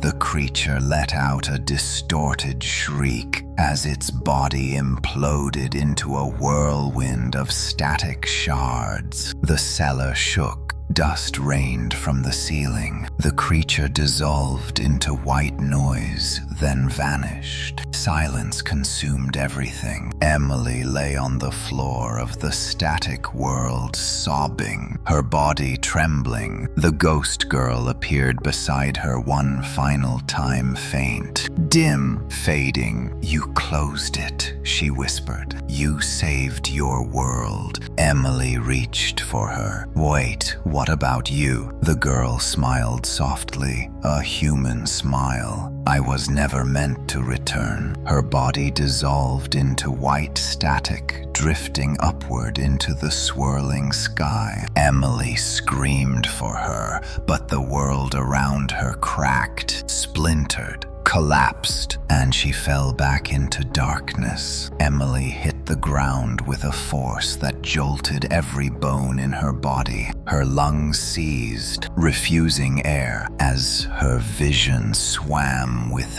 phantom static. For a moment, she wasn't sure if she was dead, alive, or trapped somewhere between the worlds she had just crossed. She blinked hard, feeling gravel beneath her palms, tasting dust in her mouth, cold wind brushed her skin. Her eyes adjusted slowly. She was outside. The storm had passed. A low gray sky hung over the Carter house, and the street beyond was empty, silent, still. No static fog, no rippling distortions, no monstrous silhouettes lurking in the corners of reality. Everything looked painfully normal. Emily sat upright slowly, her breath trembling. Her clothes were torn, covered in dust and streaks of static burn marks that glowed faintly before fading. Her whole body ached, her heart felt bruised. The memory of the ghost girl dissolving into the static world replayed in her mind like a wound that would not heal. She whispered shakily, "I am back, I am back." But even as she said the words, doubt slid coldly through her spine. Back did not mean safe. Emily staggered to her feet, legs wobbling. She turned toward the open cellar hatch behind her, the one she must have fallen through when the worlds collapsed. The interior was dark, still, silent. No static, no creature, no ghost girl. The concrete floor looked undisturbed, as if nothing had happened at all. No one would ever believe what had occurred down there. Emily wiped her face, steadying herself. She needed help. She needed someone who could tell her she wasn't losing her mind. Someone who could look at her and confirm she wasn't still trapped inside some nested layer of the signal. Her father, he would be off his night shift by morning. She could call him. She could go to him. She turned toward the front of the house. Taking one step, the power lines above her crackled sharply. Emily froze. The wires shivered, vibrating unnaturally. A faint buzz rolled along the length of the poles, a sickeningly familiar hum. No, not again. A cold wind drifted down the street, carrying the faint metallic tinge of static. Emily backed away slowly, her eyes scanning the sky. The gray clouds pulsed faintly, too faint for anyone else to notice. But not for her. The static was not gone. It had only been pushed back. A door inside her had closed. Yes, but another part of the signal still clung to her, thin, subtle, quiet, like an echo trapped in bone. Emily whispered, trembling, "What did I bring back with me?" The front door of her house creaked open behind her. Emily spun, her heart seizing. The door moved gently in the breeze, swinging outward. The interior beyond was dim but quiet, too quiet. A normal quiet. She hesitated. Was it a trap? Was this signal waiting for her inside? Or was she simply terrified of the ordinary silence of a home touched by horror? She stepped forward cautiously. Inside, the house looked frozen in time, the furniture unmoved, the floor undisturbed, the living room TV dark and silent. She walked closer, staring at the blank screen. Her reflection stared back at her, normal, human. But then the reflection blinked one extra time. Emily stumbled backward with a gasp. Her reflection blinked again, but she had not. Its head tilted a fraction of a second before hers. Static bled across the glass for a heartbeat. Then everything went still. Her reflection mirrored her again, perfectly, as if nothing had happened. Emily backed away, shaking all over. "No, no, no, you should be gone," she whispered. I closed the door, but the TV screen remained blank and cold, innocent. She turned away, moving toward the hallway. She needed her phone. She needed her father. She needed a faint shape flickered at the end of the corridor. Emily stopped breathing. It was small, child-sized, but it was not the ghost girl. This shape was darker, its outline fuzzing in and out of visibility like a corrupted shadow. Static crawled across its skin like rippling black ink. It did not move. It simply existed, pulsing faintly with each beat of Emily's terrified heart. Emily stepped back. "Who are you?" The shadow flickered once, then split into two silhouettes, then reformed. It tilted its head. A distorted whisper bled into the air. "Not done." Emily's throat closed. She stumbled into the living room, grasping the side table for balance. The silhouette at the end of the hallway dissolved into static threads that crawled along the floor like dark vines. Creeping closer. "Not done." Emily grabbed a lamp, lifting it like a weapon, though she had no idea if anything physical could hurt a thing made of corrupted signal. The static threads reached the doorway, pooling across the floor. Emily whispered, fighting panic, "What do you want now?" "What else do you want from me?" The voice layered itself multiple times, as if coming from every corner of the house. "Open." Emily shook her head violently. "No." "I closed it. I closed the door. It is over." Another whisper slithered out of the hallway. "You closed your door." Emily froze. "Your door." Her heartbeat quickened. The ghost girl had warned her. She had closed one connection, one doorway, but the signal, the intelligence inside it was vast, endless, adaptable, and it only needed one more doorway to remain open. The static threads rose from the floor, forming a half shape. A shoulder, a head, a hand reaching. The creature was trying to fully form, trying to stabilize itself. Emily stepped backward toward the TV. Her hands shook, but her thoughts sharpened. If the signal needed a door, she would destroy the last one.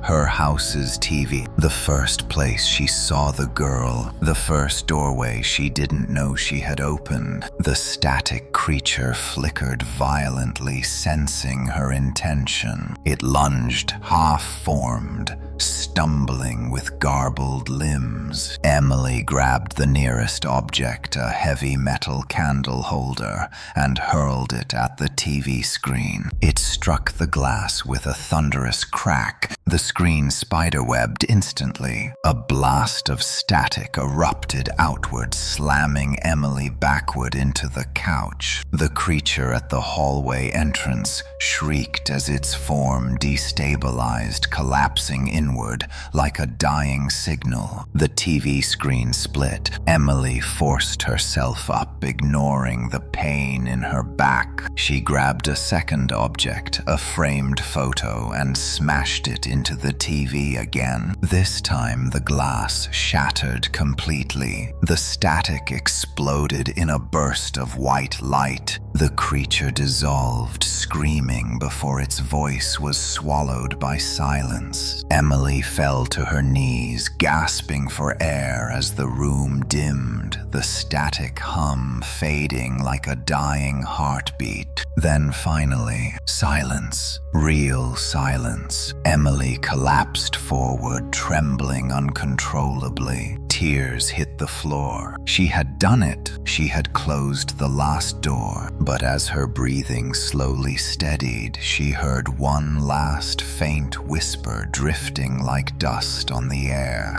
"Thank you." Emily closed her eyes. The voice was hers, not the ghost girl's, not the signal's, but her own. And she did not know which answer terrified her more. For a long moment after the TV shattered, Emily stayed on her knees, breathing in desperate, broken gasps. The silence around her felt unreal, too fragile to trust. She waited for something else to move, some shadow to crawl out of the broken glass, some last whisper of the signal to snake its way into her mind. But nothing happened. The static was gone. The house was finally still. She wiped her face with shaking hands. Her body trembled from exhaustion, every muscle screaming. She forced herself to stand even as her knees threatened to buckle. She needed to get out of the house. She needed air. She needed light. She needed the world outside to remind her she was alive. Emily stepped over the shattered remains of the TV, glass crunching beneath her shoes. The faint metallic smell of burnt circuitry filled the living room. She reached for the front door, gripping the doorknob like a lifeline. When she opened it, fresh, cool morning air rushed into her lungs. The sky was pale, the sun just beginning to rise, streaking soft gold across the quiet street. The world felt normal, and yet Emily did not. She stepped outside, hugging her arms around herself. Birds chirped faintly in the distance. Cars passed one street over. Sprinklers clicked on across the neighborhood. Normal. Completely normal. She should have felt relief. Instead, a hollow ache spread in her chest. The ghost girl was gone.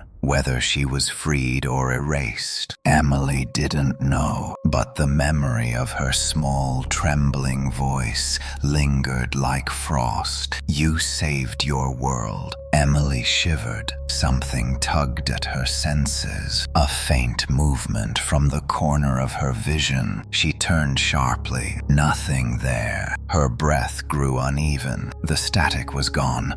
Wasn't it? She walked down the steps of her porch, glancing back at the house as though expecting it to vanish behind her. But it remained solid, painfully ordinary. She reached the street, hugging her arms tighter. She needed to call her father. She needed to tell someone, even if they never believed the truth. Her phone. She realized she didn't have it. It had been left somewhere inside the chaos of the house. She turned to go back inside when a low hum vibrated through the air. Emily froze. It came from near her driveway, from a small object sitting on the pavement. Her phone. It shouldn't have been there. She didn't remember dropping it outside. Slowly, hesitantly, she approached. The phone screen glowed faintly with quiet light. Too quiet, too steady, too unnatural. Her pulse quickened. She crouched down and reached for it. The moment her fingers brushed the screen, the display flickered violently. Emily flinched, dropping the phone. But it didn't fall. Instead, it hovered an inch above the pavement, suspended as if held by invisible threads. The screen burst into static. Emily stumbled backward in horror. No,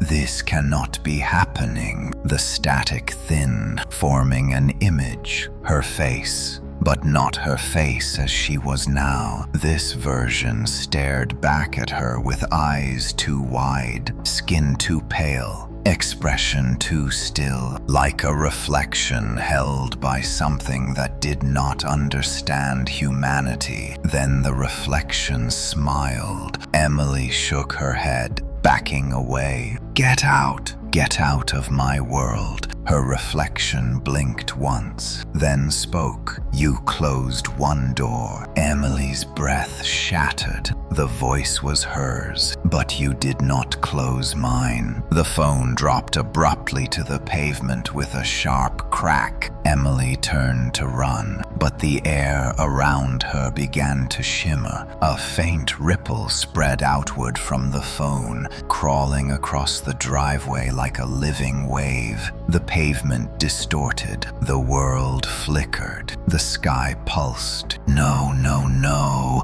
Emily gasped, backing up toward her house. The shimmer spread faster. Static threads formed along the edges of the air, twitching like nerves under skin. The sound grew louder, deeper, a pulsing drone that rattled her bones. Emily grabbed the doorknob and yanked it open. She didn't make it inside. A blast of force knocked her backward, throwing her onto the porch. She hit the wood hard, breath exploding from her lungs. The static wave rippled across the yard, crawling toward the house. Reaching for her, Emily tried to stand, but the world warped. Her vision split in two for a heartbeat, then merged again. She felt something inside her chest twist, like the connection to the signal she thought she had severed was waking up. "No," she whispered. "I closed you. I closed the door." A voice drifted from the yard, layered with distortion but painfully familiar. "You closed your side."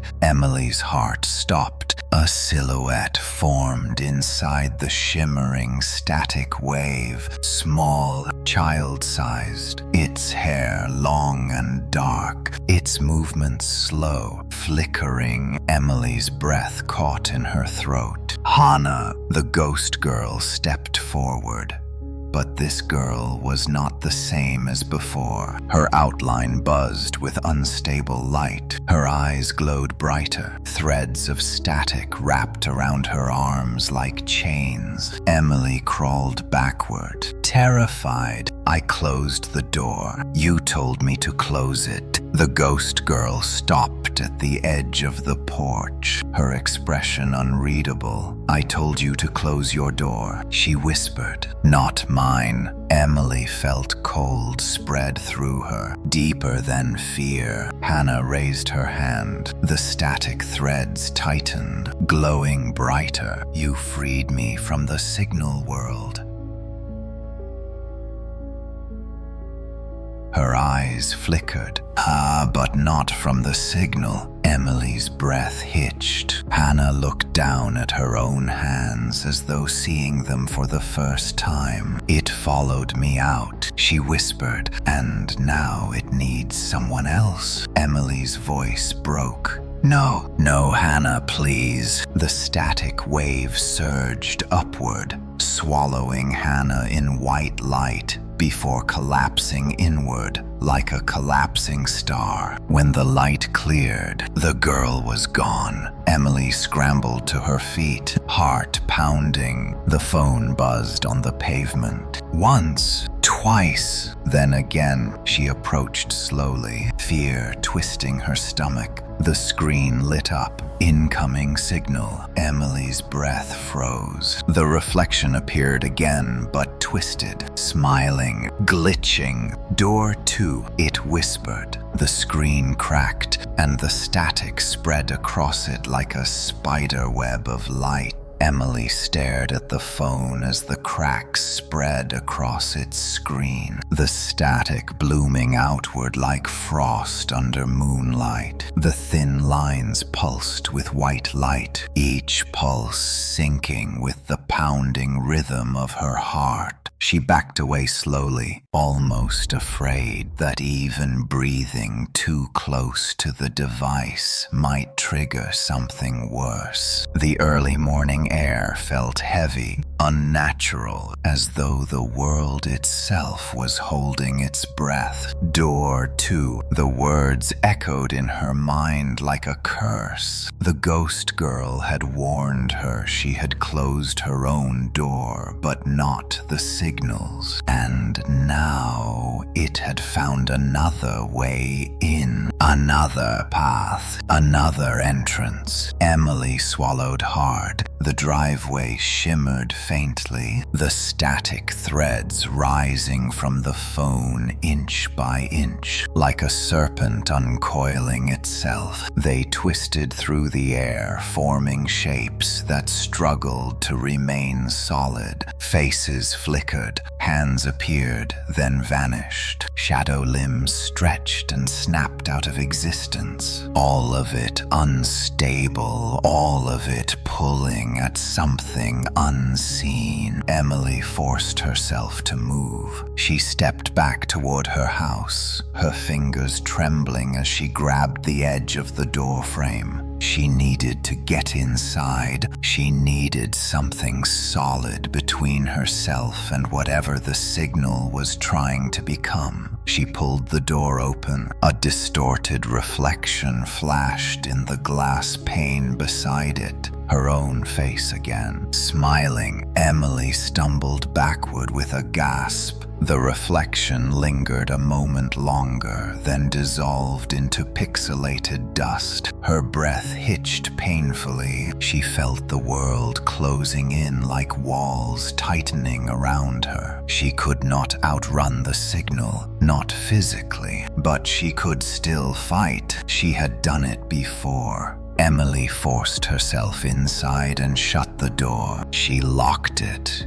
even though some part of her new locks meant nothing to something made of signal. Darkness wrapped the living room, the only light coming from the faint morning glow through the curtains. The broken TV lay in ruins on the floor, shards scattered like black ice. Her phone buzzed again outside. The sound vibrated through the walls. Emily covered her ears. She wanted it to stop. She wanted the static gone. She wanted silence. But the phone continued to buzz, each vibration louder than the one before, deeper, heavier, like something punching through from the other side. She edged toward the hallway. Her legs felt weak, as if the floor beneath her swayed. She needed something, anything, a weapon, a mirror, a place to hide. But there was no hiding from the signal. It had tasted her fear. It had learned her voice. It had learned her world. And now it wanted her. The hallway flickered. Emily froze. The walls rippled in a single wave like heat distortion. Then again, then stronger. The floorboards stretched and snapped back into place. She took a breath and stepped forward. Her bedroom door at the far end flickered, then opened, not by her hand, not by any wind. Inside the room, darkness pooled like a void. Emily hesitated. Her instincts screamed to run, but her body refused. Something tugged at her mind, a faint whisper slithering into her thoughts, telling her to step closer. Emily, the voice was not hers. Not exactly. It sounded like someone trying to imitate her voice, but failing to capture the warmth, the fear, the humanity. It was mechanical in tone, like a poor recording played through a damaged speaker. Emily pressed her back against the wall. "Stop! Stop using my voice." The whisper continued softer. "Closer. Come see." Emily shook her head violently. "Get out of my head." But the voice ignored her. The air vibrated as the world shimmered again. The door to her room flickered violently. Then the darkness inside shifted, revealing faint shapes. A silhouette stood in the center of the room, child-sized. Hannah! But something was wrong. The girl's outline flickered between three forms. Hannah as she had been in the signal world. Hannah as she appeared when she first emerged from the TV. and something else, darker, taller, stretched unnaturally thin. Emily stepped back instinctively. "No, you need to stay away." The silhouette tilted forward, then it stepped into the hallway. Light bent around it. Its feet made no sound. The static wave from the driveway pushed deeper into the house, seeping through cracks beneath the door. Emily felt it crawling along the floor like cold vapor. She stepped away from the figure moving toward the kitchen, but the silhouette flickered forward, cutting her off instantly. Emily gasped, losing balance as she stumbled into the wall. Her hands trembled uncontrollably. "Hannah, please stop. Let me help you." The girl's voice, layered with static, spoke. "Help me." Emily softened her tone.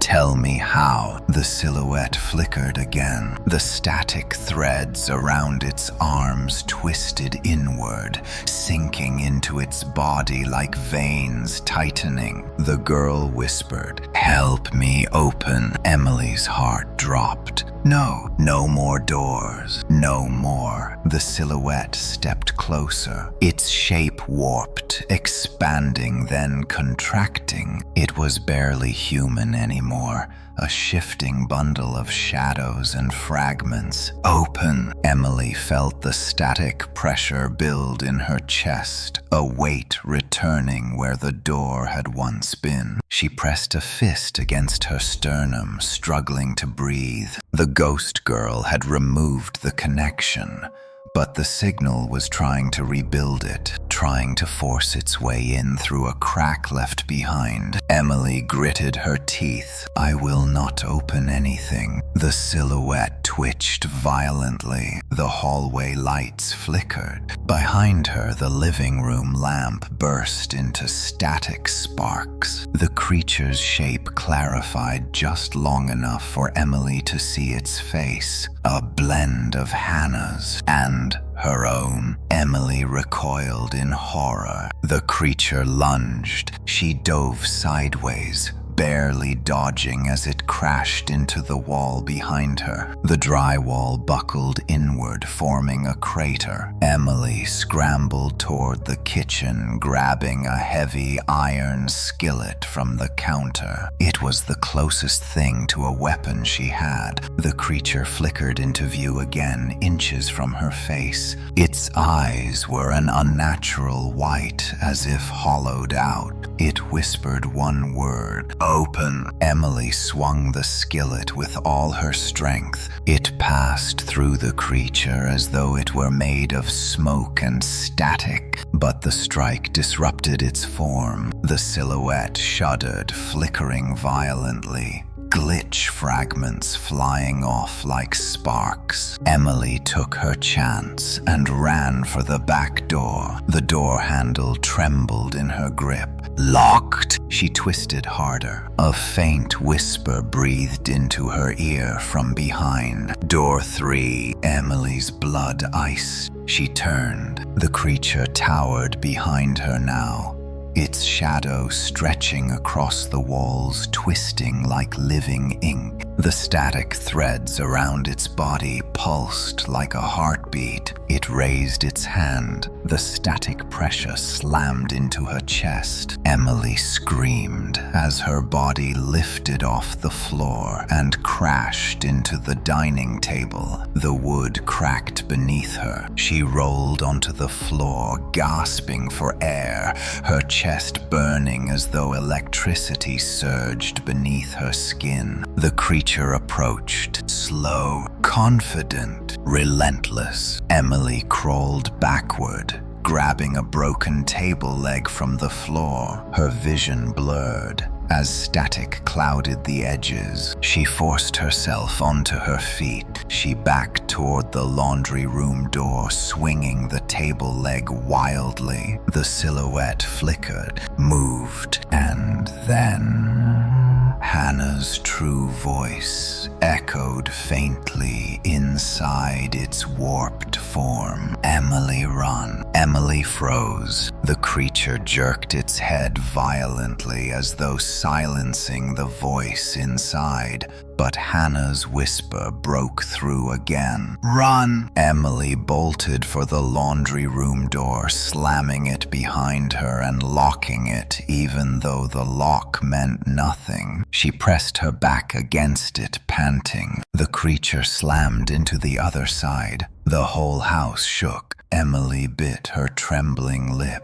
Door 3. The signal was not done with her yet. Emily pressed her back against the laundry room door, her breath shallow and trembling as the creature slammed into the other side. Each impact rattled the hinges violently, sending tremors through the floor beneath her feet. The pounding came again and again, like the heartbeat of something monstrous trying to force its way into her world. Emily squeezed her eyes shut, gripping the broken table leg in both hands as though it could somehow protect her. The creature growled through the door, its voice bending into a warbling fusion of layered tones that made her stomach twist. Open. Emily shook her head, whispering to herself, "No, I will not open anything. I will not let you in." But even as she said the words, she felt the static pressure building in her chest again, as if the signal were reaching for something deep inside her, something it had touched before, something it meant to reclaim. Another slam. The lock bent slightly. Emily scrambled away from the door, moving toward the back of the laundry room where the dim overhead light flickered in a struggle to stay alive. She scanned the space. Shelves, detergent bottles, a washer and dryer, a small window above the dryer barely large enough to crawl through. The window, it could be a way out. The creature struck the door again, harder this time. The wood cracked, splinters falling across the tiled floor. Emily rushed to the dryer, climbing on top of it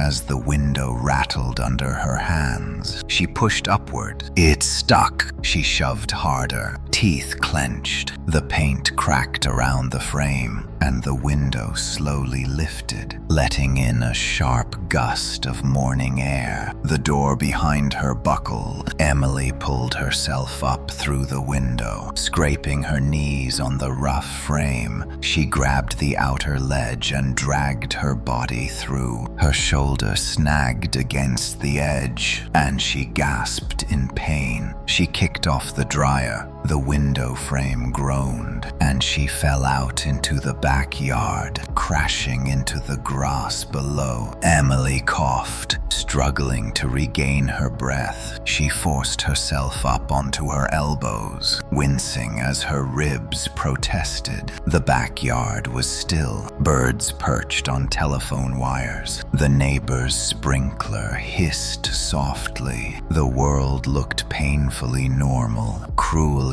indifferent to what hunted her inside the house. She pushed herself to her feet. Behind her, the laundry room window began to flicker. The glass pulsed with faint static, the same unnatural shimmer she had seen before. Emily stumbled back, shaking her head. No, not another door. A pale hand pressed against the inside of the glass. Emily gasped, stepping farther into the yard. The fingers dragged slowly downward, leaving trails of static light smeared across the pane. The creature's outline glowed faintly through the distortion. It was coming. She spun and ran. Emily sprinted across the yard, her legs screaming with every step. She vaulted over the small garden fence, stumbling into the alley behind her house. Her lungs burned, but she did not stop. She could not stop. The world blurred around her as she pushed herself harder, desperate to escape. Then the static buzzed in her ears again. Louder,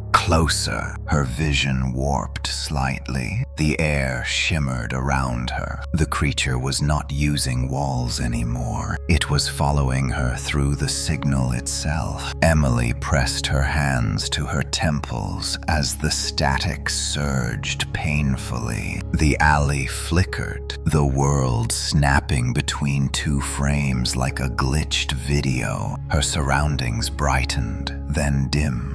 The pavement rippled beneath her feet. A whisper curled through the air. "Emily!" She spun, heart slamming against her ribs. Hannah stood in the alley's center, or something wearing Hannah's shape. Her hair drifted in weightless strands, as if underwater. Her eyes glowed with pale static. Thin threads of light wrapped around her arms and legs like marionette strings. Her expression was neutral, almost lifeless. "Hannah," Emily whispered, her voice cracking. "Let me help you. Let me pull you out." Hannah tilted her head, her movements unnatural and slow. "Help me!" Emily took a step forward. "Tell me how. Just tell me." Hannah blinked, and a glitch split her form for a moment, revealing something vast and dark beneath the surface. When she spoke again, the static distortion layered her voice. "Help me open." Emily shook her head violently. "No, I will not open anything else."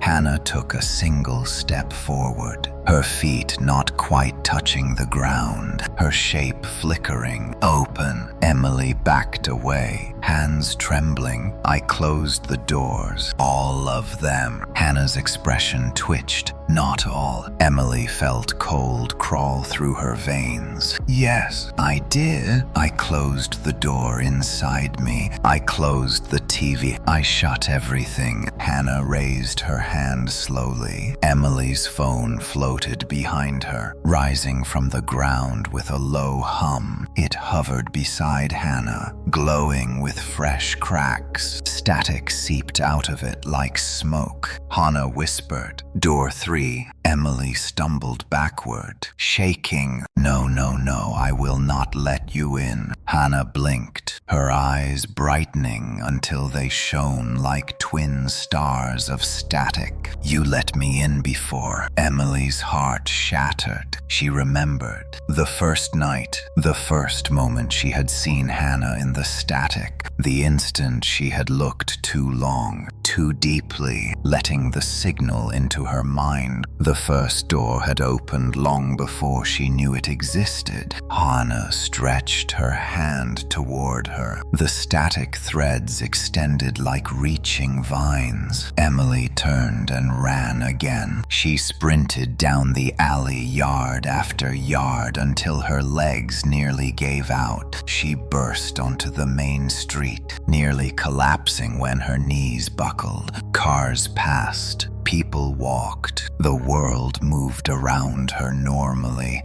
as if she were just another person out for a morning run. They had no idea the signal was hunting her. She stumbled toward the sidewalk, gripping a stop sign to steady herself. Tears blurred her vision. "What do you want?" she whispered into the empty air. "Why me?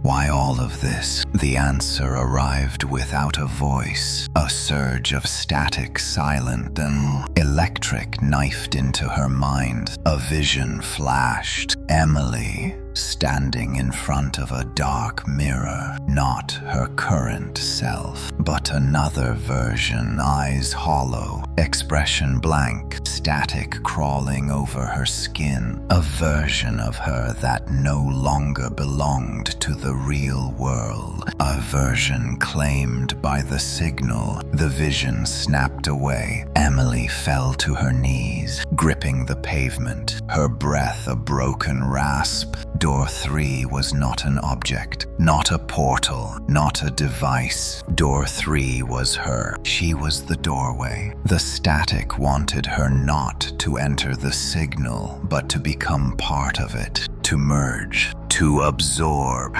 to transform. The signal needed her voice, her identity, her image, her existence to stabilize itself inside the real world. "No," she whispered, shaking violently. "I will not be your doorway. I will not let you take me." The static in her mind growled. Hannah's whisper echoed across the street. "Open!" Emily lifted her head, her eyes burning with fear and rage. "I will break every door you try to make." The static flared in anger, and the street around her began to ripple. The street rippled like a disturbed reflection, the world bending as if an unseen hand dragged its fingers across reality. Emily grasped the stop sign beside her, struggling to steady herself as the asphalt undulated beneath her feet. Cars on the road flickered, appearing in one frame and dissolving into static the next. The morning air thickened into a shimmering haze. The signal was no longer simply approaching. It was merging. Emily forced herself upright, muscles trembling. The ghost girl's final warning echoed through her mind. Once the signal enters your world, it never leaves. She had thought she closed every door. She had destroyed the TV. She had cut the connection inside her chest. She had run from every whisper. But the signal had adapted. It had taken Hannah. It had taken the shape of Emily's reflections. It had discovered door 3. It had discovered her. Emily's breath quickened. She backed away from the warping street. People nearby continued their morning routines, completely unaware of the distortion around them. A jogger passed by, his body rippling with static for a moment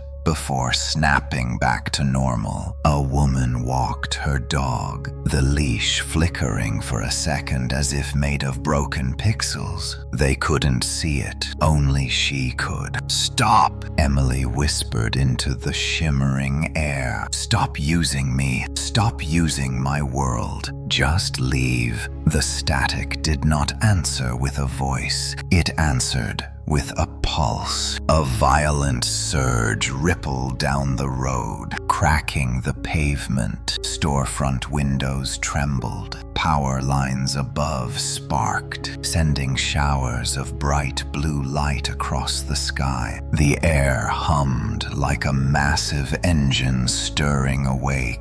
Then a shape flickered into existence in the middle of the street. A silhouette, human-sized at first, then taller, then towering. The static shifted around it like a living storm, forming limbs, stretching into a distorted torso. Emily stumbled backward, clutching her chest as the pressure inside her tightened. The creature's shape contorted, breaking, reforming, glitching until it settled into something horribly familiar. It was her, a distorted Emily, a version sculpted from static and broken reflections. Its face was smoother, too perfect, like a digital portrait unfinished. Its eyes were hollow white voids pulsing with signal light. Its movements were delayed by a fraction of a second, as though reality struggled to keep up with it. Emily's stomach dropped. The creature stepped forward, its bare feet not touching the ground. It tilted its head in an unnatural arc. "Open." Emily shook her head. "Stay away from me." The reflection twitched, its jaw unhinged slightly, cracking the edges of its pixelated face. When it spoke again, its voice was a distorted echo of Emily's own. "You are the door." Emily backed away, tears burning her eyes. "I am not.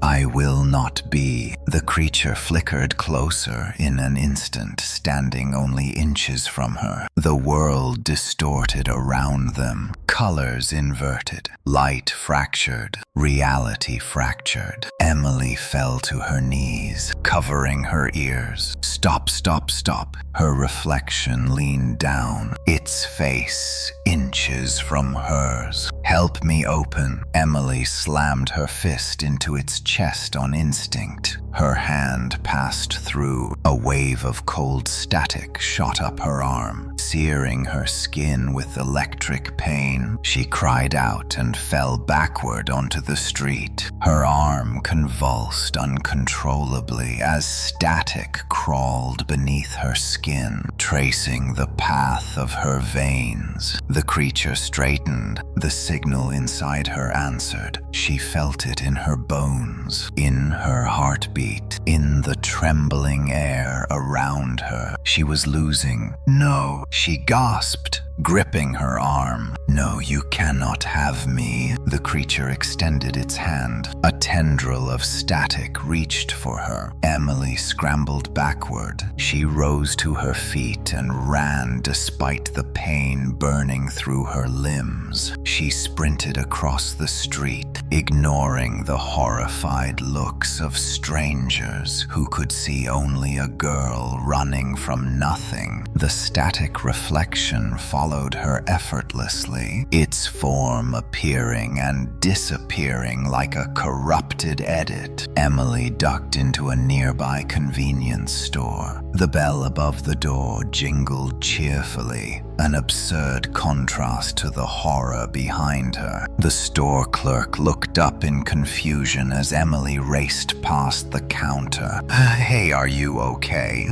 Get out. Emily gasped. Everyone get out. She didn't wait to see if anyone listened. She ran to the back of the store, past shelves of snacks and refrigerators humming quietly, her breath fogged in the air. Though the store was warm, the signal was inside. The lights flickered. The hum of the refrigerators deepened, twisting into a low static drone. The digital clock above the counter glitched, its numbers cycling through impossible symbols. The reflection appeared again in the glass of a refrigerator door, its white eyes staring through her. Emily smashed the glass with her elbow. Shards exploded outward. Her reflection dissolved, then reformed in the next door over. She staggered backward, knocking over a display of canned goods. Leave me alone, she cried. I am not yours. The creature's voice whispered from every reflective surface. You were mine when you looked at me. Emily clutched her head. The store lights blew out simultaneously, plunging the room into heavy darkness. Only faint flickers of static illuminated the aisles. Emily's chest burned. The door inside her was weakening. She stumbled toward the emergency exit in the back. Her hands shook as she shoved the bar. The metal door burst open, flooding her with blinding daylight. She ran into the alley behind the store, collapsing to her hands and knees. Her heartbeat hammered, her vision blurred. The static inside her pulsed like a second heart. She pressed her forehead to the concrete. Get out of me. A pair of feet appeared in front of her. Bare, pale. Emily lifted her head slowly. Hannah stood there, or something wearing Hannah's form. Her hair drifted unnaturally. Her eyes glowed brighter than before. Static threads wrapped around her arms like chains, tightening with every breath she took. Hannah, Emily whispered. Please fight it. Please. Hannah knelt down, her movements stiff and glitching. She reached out her hand. You must open. Emily crawled backward. No. Hannah's face flickered. For a moment, a real expression pushed through a flicker of the frightened girl she once was. Emily, run. The creature controlling her jerked violently, as if silencing the voice inside. Then the alley warped behind Hannah. A towering mass of static formed her reflection, merged with something larger, something far more monstrous taking shape. A fusion of broken images and corrupted memory, a doorway trying to build itself. Emily pushed herself up, shaking. She could not keep running. She could not open the door. She had only one choice. She had to break herself free. "Come and take me," she whispered shakily, "because I will never open for you." The world pulsed. The creature lunged, and Emily ran toward it. Emily ran toward the towering static entity, not because she believed she could defeat it, but because she finally understood that running would never save her. The signal had marked her since the first night she stared too long into the flickering TV screen. It had watched her, studied her, learned her, and now, after shaping her reflection, after consuming Hannah, after warping the world around her, it wanted the final piece it needed to anchor itself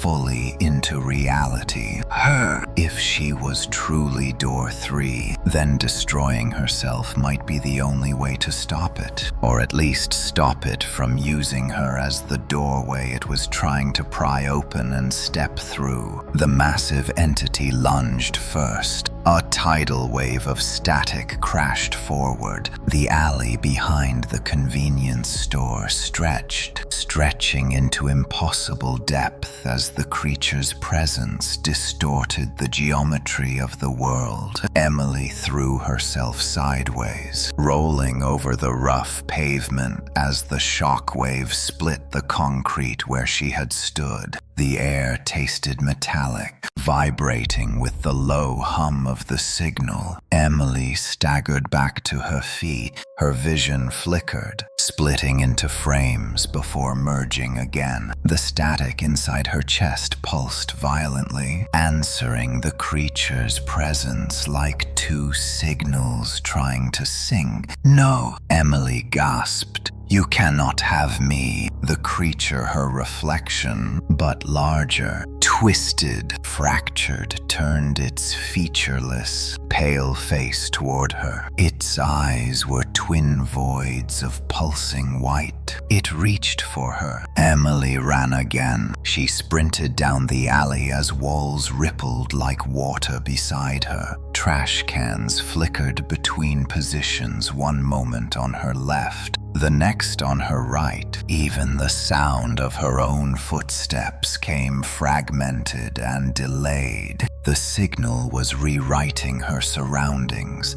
Behind her, the static entity moved effortlessly, phasing through the air, closing the distance with unnatural grace. Its form elongated, dissolving into long ribbons of distortion that sliced through the edges of reality. "Help me!" Emily froze mid-step.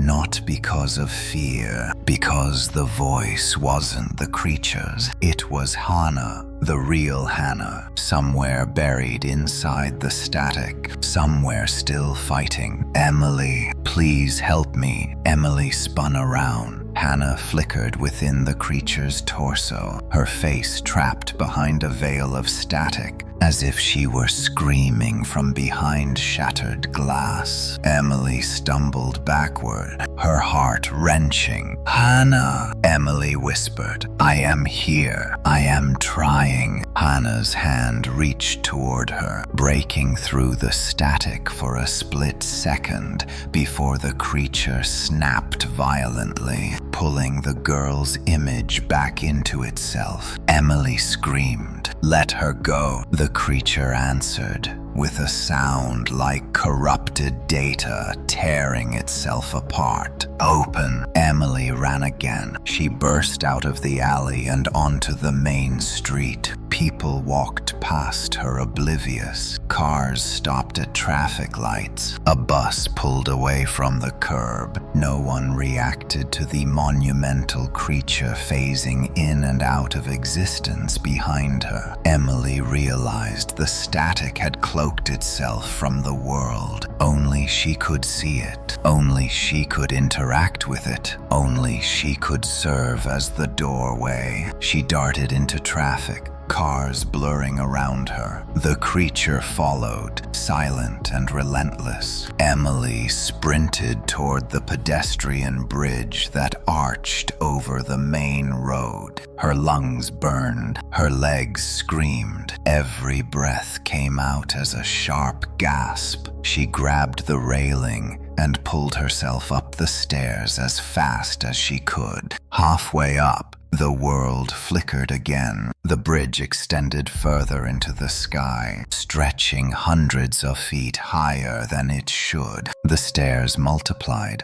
splitting into infinite mirrored staircases, disappearing into static fog. Emily's grip tightened on the railing as vertigo hit her. The static was twisting her perception. She shut her eyes. "None of this is real," she whispered. "You cannot trick me." When she opened her eyes again, the bridge returned to its normal size, but the creature was at the bottom of the stairs and ascending, not walking, sliding forward as though the ground itself bent beneath it. Emily reached the top of the bridge and staggered to the center. Cars moved below, unaware of the distortion above them. Emily stared down at the traffic and realized something terrifying. If the signal anchored itself here, if it stabilized, everyone in this world would be drawn into it. Just like Hannah, just like her reflection, just like the monster forming behind her. She was not protecting only herself. She was protecting the entire world. Emily turned to face the creature. "Come on," she whispered. "If you want me so badly, take me." The entity stopped. Its face flickered between Emily's, Hannah's, and a dozen unknown faces, all distorted, all echoing fragments of people the signal had touched. Emily's heart pounded. Her chest burned again deep, violent pain radiating outward. The static inside her surged, syncing with the creature's pulse. She felt the door inside her beginning to crack open. "No," she whispered. "No, no, no, stop." The creature spoke, not as one voice, as thousands. "You are the doorway," Emily screamed, clutching her chest as a burst of white static shot through her veins. Her vision blurred. The world warped. She dropped to her knees as the bridge beneath her rippled like a disturbed lake. Hannah's voice broke through. "Emily, fight it." Emily's eyes snapped open. She saw a flicker of the girl again trapped inside the creature's chest. Her hands pressed against the static barrier. Hannah wasn't gone, and neither was Emily. Emily forced herself to her feet. She stumbled backward,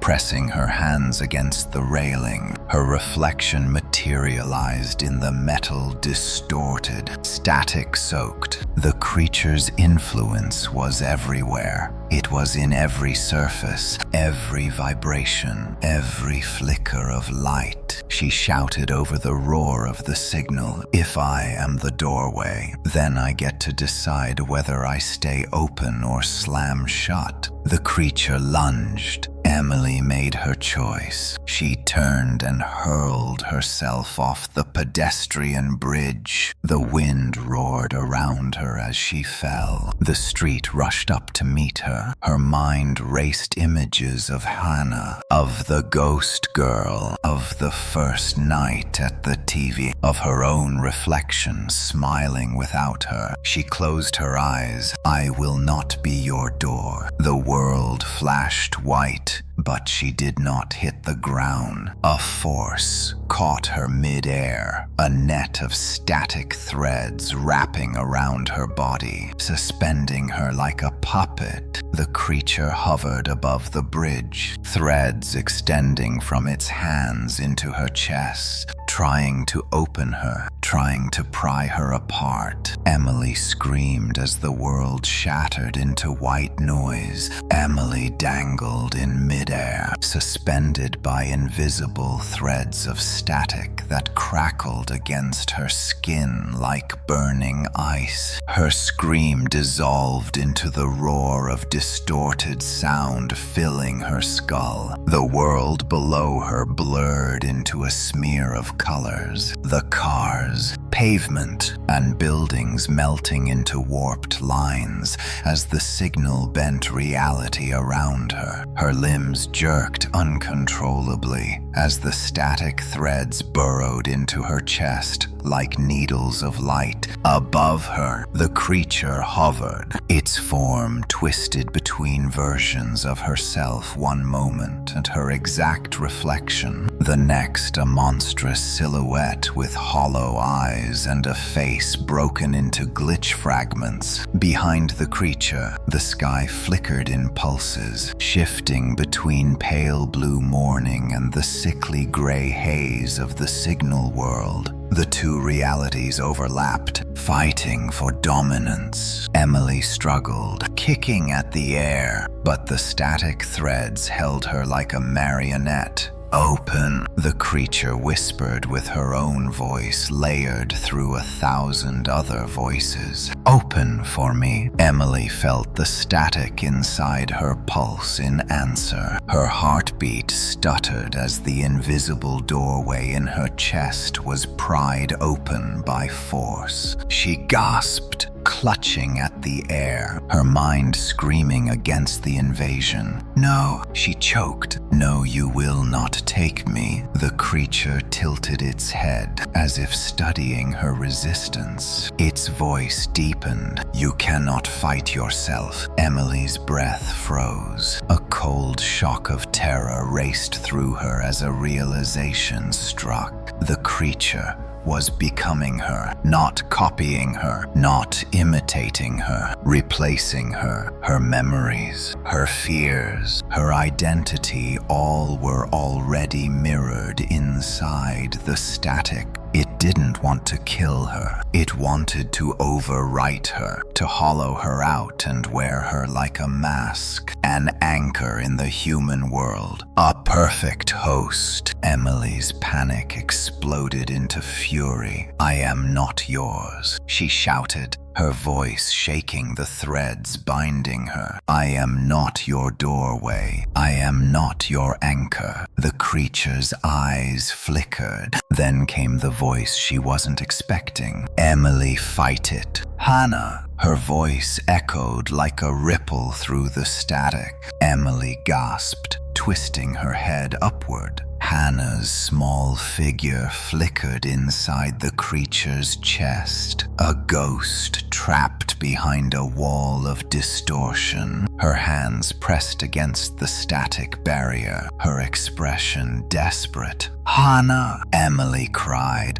"Hold on." The creature jerked violently as if Hannah's presence disrupted it. The static threads binding Emily wavered for a moment. Her body jerked downward an inch before the threads tightened again, pulling her upward. Hannah's voice trembled. "It is not complete yet. It needs you fully open. Do not let it finish." Emily clenched her jaw, fighting the pain ripping through her chest. "How do I stop it? Tell me how." Before Hannah could answer, the creature lashed out with a shriek of fury. The static barrier around Hannah thickened, swallowing her image until she vanished again. The threads binding Emily tightened, lifting her higher. The creature extended an arm toward her, its hand splitting into dozens of glitching fingers that reached for her chest. Emily screamed as as a beam of static shot through her heart, wrenching open the invisible doorway inside her. A vortex of static spiraled outward from her body. The world bent, reality peeled at the edges. The pedestrian bridge below twisted like soft metal. Cars froze mid-motion. People flickered out of existence for seconds at a time. The signal world bled into the real one, like ink spreading across water. Emily felt the door opening wider. She felt herself slipping, losing shape, losing identity, losing Emily. "No," she whispered, forcing breath into her lungs. "No, you do not get to erase me." With every ounce of strength she had left, she reached up, her fingers trembling violently, and grabbed the static thread buried in her chest. The creature recoiled. Emily screamed and pulled. The static thread sparked violently. Her flesh burned. Her vision flooded with white. She felt her heartbeat falter. Her mind blazed with agony, and the thread snapped just for a moment. It was enough. Emily fell. The static threads shattered like glass. Her body dropped through the air, the world rushing up to meet her. But before she hit the ground, a shockwave of static burst outward from the creature. Catching her mid-fall, Emily collided with a parked car, rolling off the hood and collapsing onto the pavement. A sharp pain stabbed through her ribs. Her breath came out in ragged gasps. She forced herself onto her hands and knees. The sky above flickered like a dying screen. The creature descended slowly, its body twitching and unstable, as if tearing loose the static thread wounded it. Its voice broke into jagged fragments. "Open, open. OPN. Emily spat blood and stood, her legs shaking, her vision blurred. But she kept her eyes locked on the creature. "No," she hissed. "I am not your door. I am your wall." The creature shrieked, a sound that fractured storefront windows and sent glass raining onto the street. It raised both arms, sending tendrils of raw static whipping toward her. Emily ran. She dodged behind a bus stop as the static tore through metal, slicing it apart like paper. She stumbled into the street, ducking behind parked cars. Every breath stabbed her ribs, but she kept going. She had to keep going. She heard Hannah's voice again, faint. "Buried. Fight it from the inside." Emily stopped in the middle of the street, realization hitting her like lightning. Her inside, the doorway was inside her, and so, too, was the signal's connection. If she could pull it open, she could also slam it shut.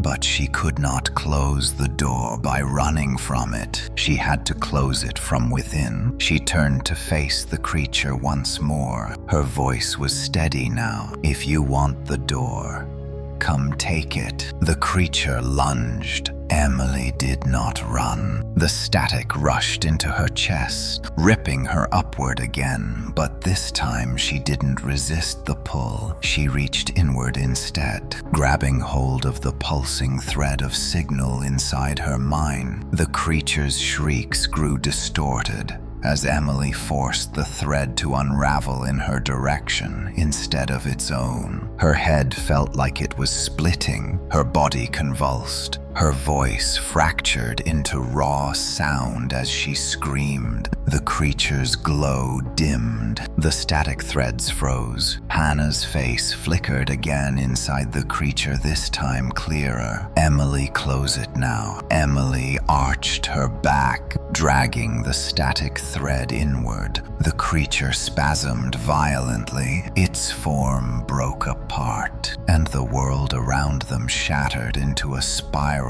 of white static. Emily did not feel the world break. She heard it, a deep rupture, like reality itself splitting open along an unseen seam, a tearing sound that didn't reach her ears but vibrated through her skull, her bones, the static threaded doorway inside her chest. White noise filled her vision, swirling in violent spirals. For a moment, she could not tell up from down, breath from heartbeat, self from signal. Then the world went black, a black so absolute it felt alive. Emily's lungs seized. She reached out blindly, but her hands touched nothing. No ground, no air, no form. Her body drifted weightlessly through the void, suspended in the churning dark. Her heartbeat slowed to a heavy thrum. She whispered into the nothing, "Am I dead?" Her voice echoed back in distorted fragments. "Dead, dead, dead." She clapped her hands over her ears, but the echoes came from inside her mind. She curled her knees to her chest, trying to force her breathing to steady. "Emily!" Her eyes snapped open. A distant figure flickered in the void. A shape, small, childlike. A soft glow radiated from its outline, brief, faint pulses like a dying signal. Emily reached out, her voice trembling. "Hannah!" The girl drifted closer, her form glitching with each pulse of light. Silence swallowed the space around them until finally Hannah spoke, her voice unbroken and real for the first time. "You pulled the doorway inside you. That hurt it." Emily exhaled shakily. "Then why am I here? Did I fall into the signal world again?" Hannah shook her head slowly. "No, this is not the signal. This is the space between..."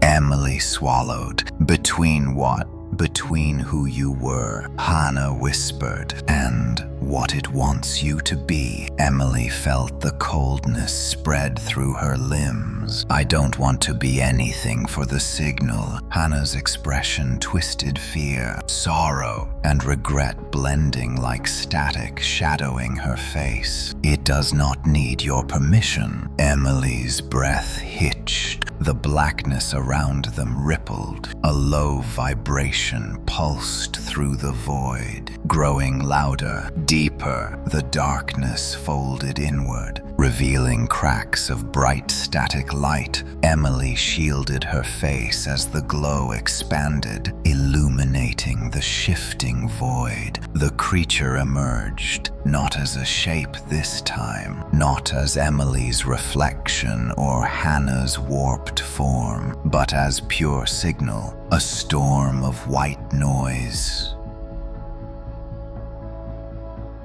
Threads of static twisting into the suggestion of limbs, 1,000 flickering eyes blinking across a mass of glitching data. Every blink sent shards of distorted memory slicing through the void. Emily's childhood home, her parents' voices, her reflection at age 6, her face screaming on the bridge, the ghost girl dissolving. Its voice came from everywhere and nowhere. "Open!" Emily stumbled backward, nearly losing her grip on herself. "No!" I pulled the door shut. I broke the thread. The static mass swelled. Broken threads can be rewoven. Hannah grabbed Emily's arm. Her fingers were cold but solid. "Do not listen. It wants to rewrite you." Emily turned toward her. "How do I stop it?" Hannah's eyes dimmed. "You cannot stop the signal, but you can refuse to be shaped by it." Emily clenched her fists. "I have been refusing. I fought it at every turn." Hannah shook her head. "Refusal is only resistance."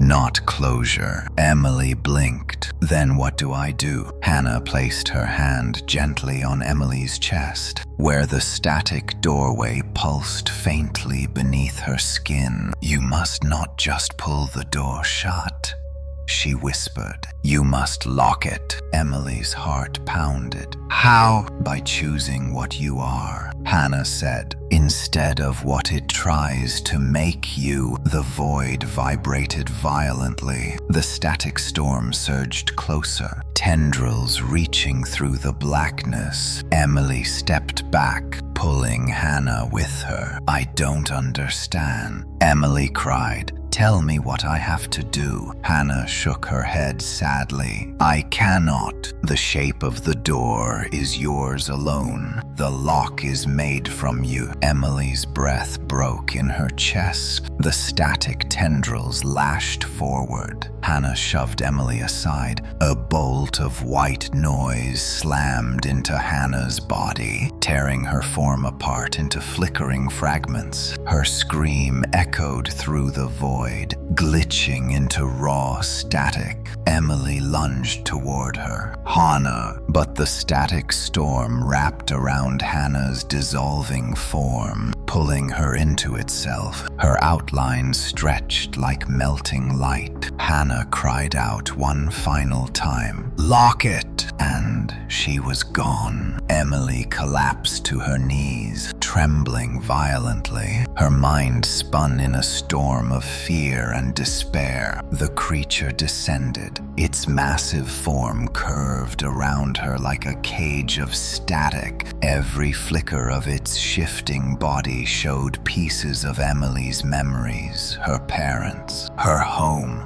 the TV screen, the storm cellar, Hannah reaching for help. The creature lunging, her own face cracking into static. Its voice filled the void. Open, open, open. Emily covered her ears. Stop! A burst of static surged into her chest. She screamed as the invisible door inside her was forced open again. Energy tore through her veins. Her bones shook. Her mind fractured. She saw herself standing inside a static mirror, her reflection smiling coldly. She saw the creature wearing her face. She saw a version of herself made entirely of white noise. It cannot be me, she whispered. I am not you. The doorway widened. Static bled from her skin. Her reflection whispered from inside the storm. You already are. Emily shook her head violently. No! She slammed her hands against her chest, trying to hold the doorway shut. Her palms burned. Her heartbeat faltered. The creature rose higher. The void shook,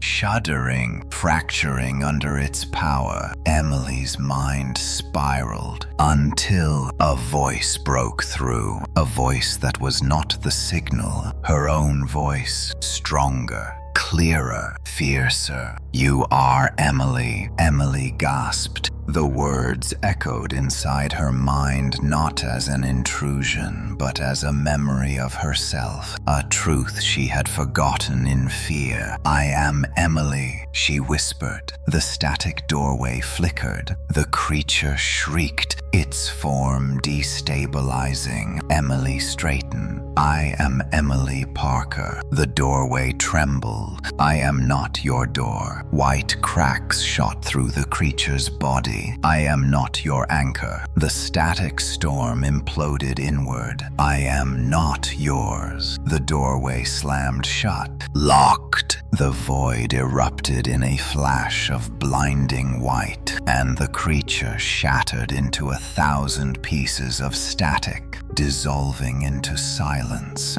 White silence washed over everything. Emily floated in the glow, weightless, breathless, wrapped in the fading echoes of the creature's shattering scream. Fragments of static drifted around her like snow coal, luminous flakes dissolving the moment they touched her skin. The void trembled once, then again, then slowly began to unravel into light. For the first time since the nightmare began, Emily felt nothing pulling at her chest. No pressure, no whisper, no crawling static threading itself through her veins. The doorway inside her was locked. She held it shut. She chose herself, but she was not back in her world. Not yet. The light bent around her, folding into infinite glowing spirals. She reached a hand toward it, and the spirals rippled in response, as though the world were reshaping itself in reaction to her thoughts. A voice echoed faintly, not the creature, not the signal, a human voice. Emily, her breath caught. It was barely audible, fragile as glass. She turned sharply. Hannah stood a short distance away, her form dim and glitching, as though she were stitched together from fading memories. Her feet barely touched the glowing ground, and her eyes, once bright with static, now held something else. Relief. "Hannah," Emily whispered, stepping toward her. "You're still here." "I am not here," Hannah said gently. "Not really, but enough of me was left behind. Enough to speak to you now." Emily swallowed hard. "I locked the door. I think I stopped it." "You did," Hannah said, smiling faintly. "It cannot shape you anymore." Emily let out a trembling breath. "And you? Can you be free now?" Hannah's smile faded. She looked down at her flickering hands. "The signal took too much of me. I am pieces, echoes. I cannot go back." Emily felt her heart twist. "I am so sorry." "No," Hannah said softly. "Do not be sorry. You saved your world and yourself. That was the only path that still existed." Emily stepped closer, reaching out. "There has to be something I can do." But her hand passed straight through Hannah's flickering arm. Hannah shook her head. "You must leave this place. If you stay, the void will hold you. It is no longer a doorway. It is a prison for remnants like me." Emily's chest tightened. "How do I leave?" Hannah turned, pointing toward the spiraling light. "The world you know is on the other side. Just walk. You will return." Emily stared at the swirling glow. It looked vast, endless, heavy with memory and possibility. She took a breath. Hannah's voice trembled. "Emily, before you go." Emily looked back. The little girl's form flickered violently, breaking at the edges. "Thank you for fighting, for remembering who you were, for not becoming what it wanted." Emily's eyes burned. "I won't forget you." Hannah blinked slowly. "I know." Then she smiled small, real, and heartbreakingly human. Light consumed her. Emily reached out in panic, but Hannah dissolved like white dust, scattering into the spiraling glow. "No!" Emily cried, stumbling forward. "Hannah!" But the light swallowed the remnants before she could catch even a fragment. Silence returned. Emily wiped her eyes with shaking hands. "I'll carry you with me," she whispered. "Always." She stepped forward, and the world shifted. A cold rush of air slammed into her lungs. Emily gasped as her body crashed onto solid ground. Asphalt scraped her palms. Her ribs burned. Car horns blared around her. Someone screamed. She turned her head. The world was back. The street, the bridge above her, people running toward her in panic. A truck screeched to a halt inches away. A driver jumped out, shouting her name in fear. "Emily, Are you hurt, Emily? Hands reached for her, lifting her gently. People surrounded her, neighbors, strangers, voices rising, calling for help. No static, no distortion, no flicker in the air. Everything was real. Emily blinked rapidly, trying to clear the lingering ghost of the white void from her vision. A woman knelt beside her, gripping her hand tightly. Sweetheart, what happened? You just fell. Yes. She remembered leaping from the bridge. She remembered the static threads, and then locking the door. Emily tried to speak, but her voice cracked. I'm okay. I think. An ambulance siren wailed in the distance. People murmured around her. Someone draped a coat over her shoulders. Her body shook uncontrollably, but not from cold, from the sudden absence of terror, the absence of the signal. A paramedic knelt beside her. Emily Parker. Right.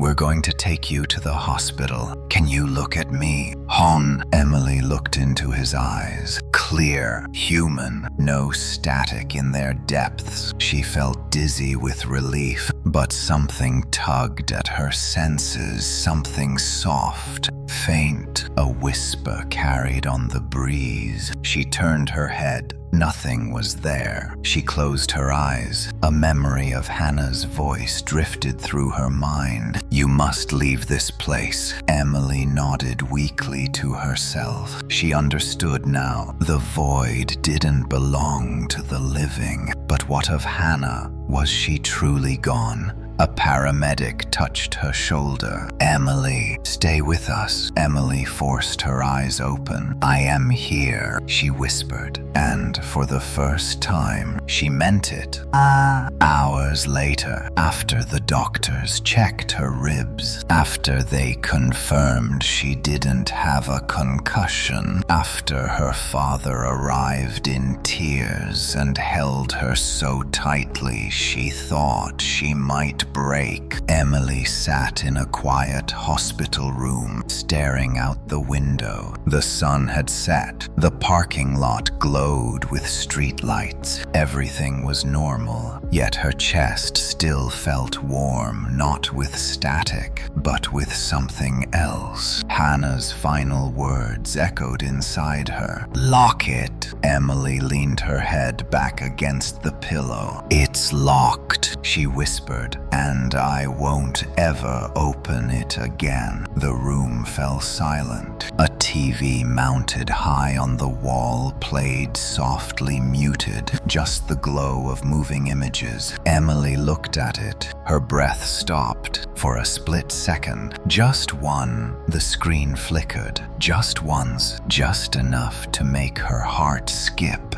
But it didn't distort. No static crawled across the glass. The screen held steady. Emily exhaled. Not today, she murmured. Not anymore. And for the first time since the nightmare began, she allowed herself to believe it was over, or at least it was over for now. The world moved on as if nothing had happened, but Emily knew better. Days passed in a blur of doctor visits, soft-voiced therapists, and neighbors stopping by with casseroles and sympathy. They spoke gently, trying not to scare her, trying to understand what had driven her to leap from the pedestrian bridge. None of them could begin to imagine the truth. How could she tell them she had closed a doorway inside herself? How could she explain that something ancient,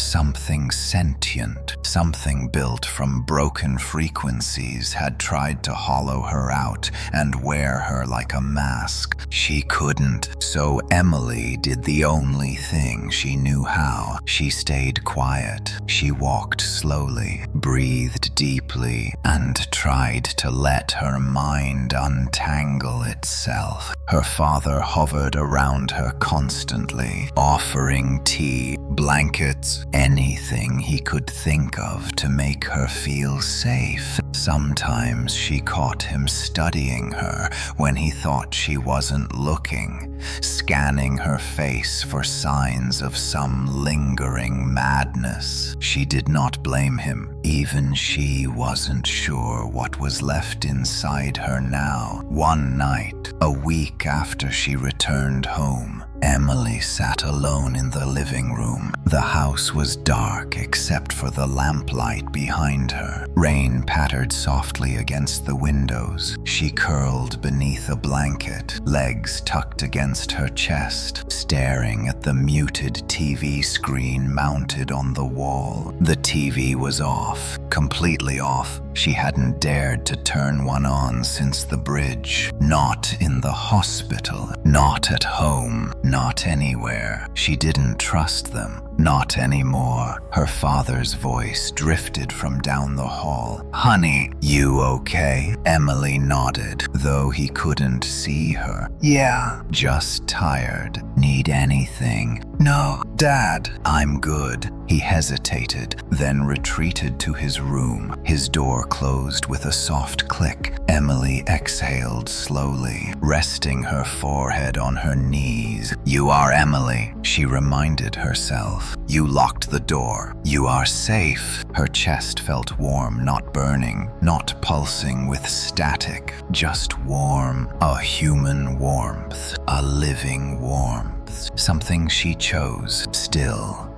the silence pressed around her like thick fog. Then, a soft hiss. Emily froze. The TV screen flickered. Her breath caught. She stared hard at the black glass. Nothing. Maybe she imagined it. Maybe it was the house settling. Maybe another flicker. A thin line of static danced across the screen, so faint she barely saw it. It vanished as quickly as it appeared. Emily's heartbeat quickened. "No," she whispered. No, you're gone. I locked you out. You're gone." The screen stayed black. She rose from the couch, blanket falling to the floor. Her hands shook uncontrollably. She took a step back, then another. Her breath turned shallow. A memory whispered through her mind. Broken threads can be rewoven. Emily clamped her hands over her ears. "You are not real. You are gone." But the static hiss came again, this time louder. Emily stumbled backward and reached the wall, pressing herself against it.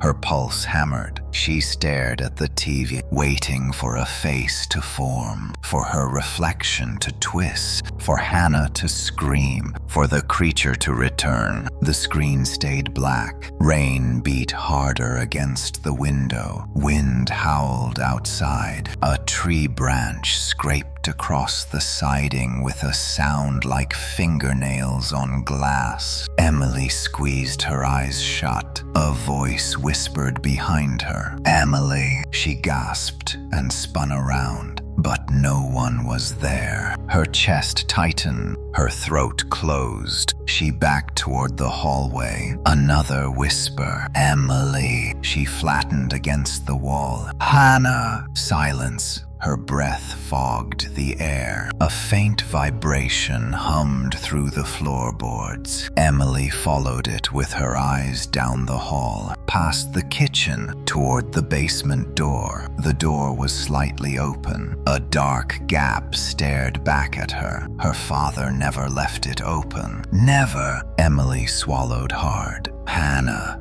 Is that you?" Still nothing. Her body moved before her mind could catch up. Step by step, she approached the basement. Her fingers trembled as she nudged the door open. Cold air drifted up, carrying the smell of dust and concrete. The vibration grew louder, a steady electrical hum. Emily descended the stairs. Rain pounded overhead. The house groaned. Each step creaked beneath her weight. Her chest tightened with each breath. When she reached the bottom, she froze. A soft light flickered in the corner of the basement. A phone. Her old phone, the one she had smashed, destroyed, abandoned, now lying on the concrete floor, glowing faintly. "No," Emily whispered. "That's impossible." The screen crackled. Light spilled across the concrete. Static pulsed outward in tiny waves. Emily's mind screamed to run, but she stepped closer. She couldn't help it. "Hannah," she whispered again, voice breaking. The phone buzzed. Emily jumped. The screen lit up fully. One message appeared, sent from an unknown contact. 3 words: "I am here." Emily's breath vanished. The basement spun around her. The message pulsed again, the letters brightening, warping, distorting. "I am here. I am here. I am here." The words multiplied, filling the screen. Her heart pounded so violently she thought it would break her ribs. "No," she choked. "You're gone. I locked you out." The screen flickered. A new message appeared. "Not all of me." Emily stepped back, shaking her head. "No, no, this is not real. This is not happening." I closed the door. The phone buzzed again. Another message. "Doors do not end. They change." Emily stumbled backward, hand covering her mouth. Tears burned her eyes. The phone vibrated violently, then stopped. The screen went black. Emily held her breath, waiting, praying. Then the voice behind her, soft, childlike, familiar. "Emily." Emily turned slowly. Hannah stood in the corner, but not the Hannah she saw in the void. This Hannah was whole, solid, human, except her eyes glowed faintly with static. Emily choked out a sob. "Hannah, is that really you?" Hannah tilted her head, not quite a nod, not quite a denial. Her voice was soft. A piece of me came back. Emily's knees weakened. "Hannah, I'm so sorry." Hannah stepped closer. "Do not be sorry. You saved me." But the signal, it never leaves completely. Emily trembled. "What does it want now?" Hannah blinked slowly. "It wants you to know something." Emily swallowed hard. "What?" Hannah's lips parted. Her voice shifted, layered, distorted, gentle and monstrous at once. Doors always open from both sides. Emily lunged for the stairs, heart exploding in terror. The basement lights flickered. Static crackled in the air. Hannah whispered, "See you soon." The screen of the shattered phone lit once more. Just one message, one word: open. The story ends here. Thank you for watching and listening to the whole story. Please subscribe to the channel and turn on the bell to listen to the next stories.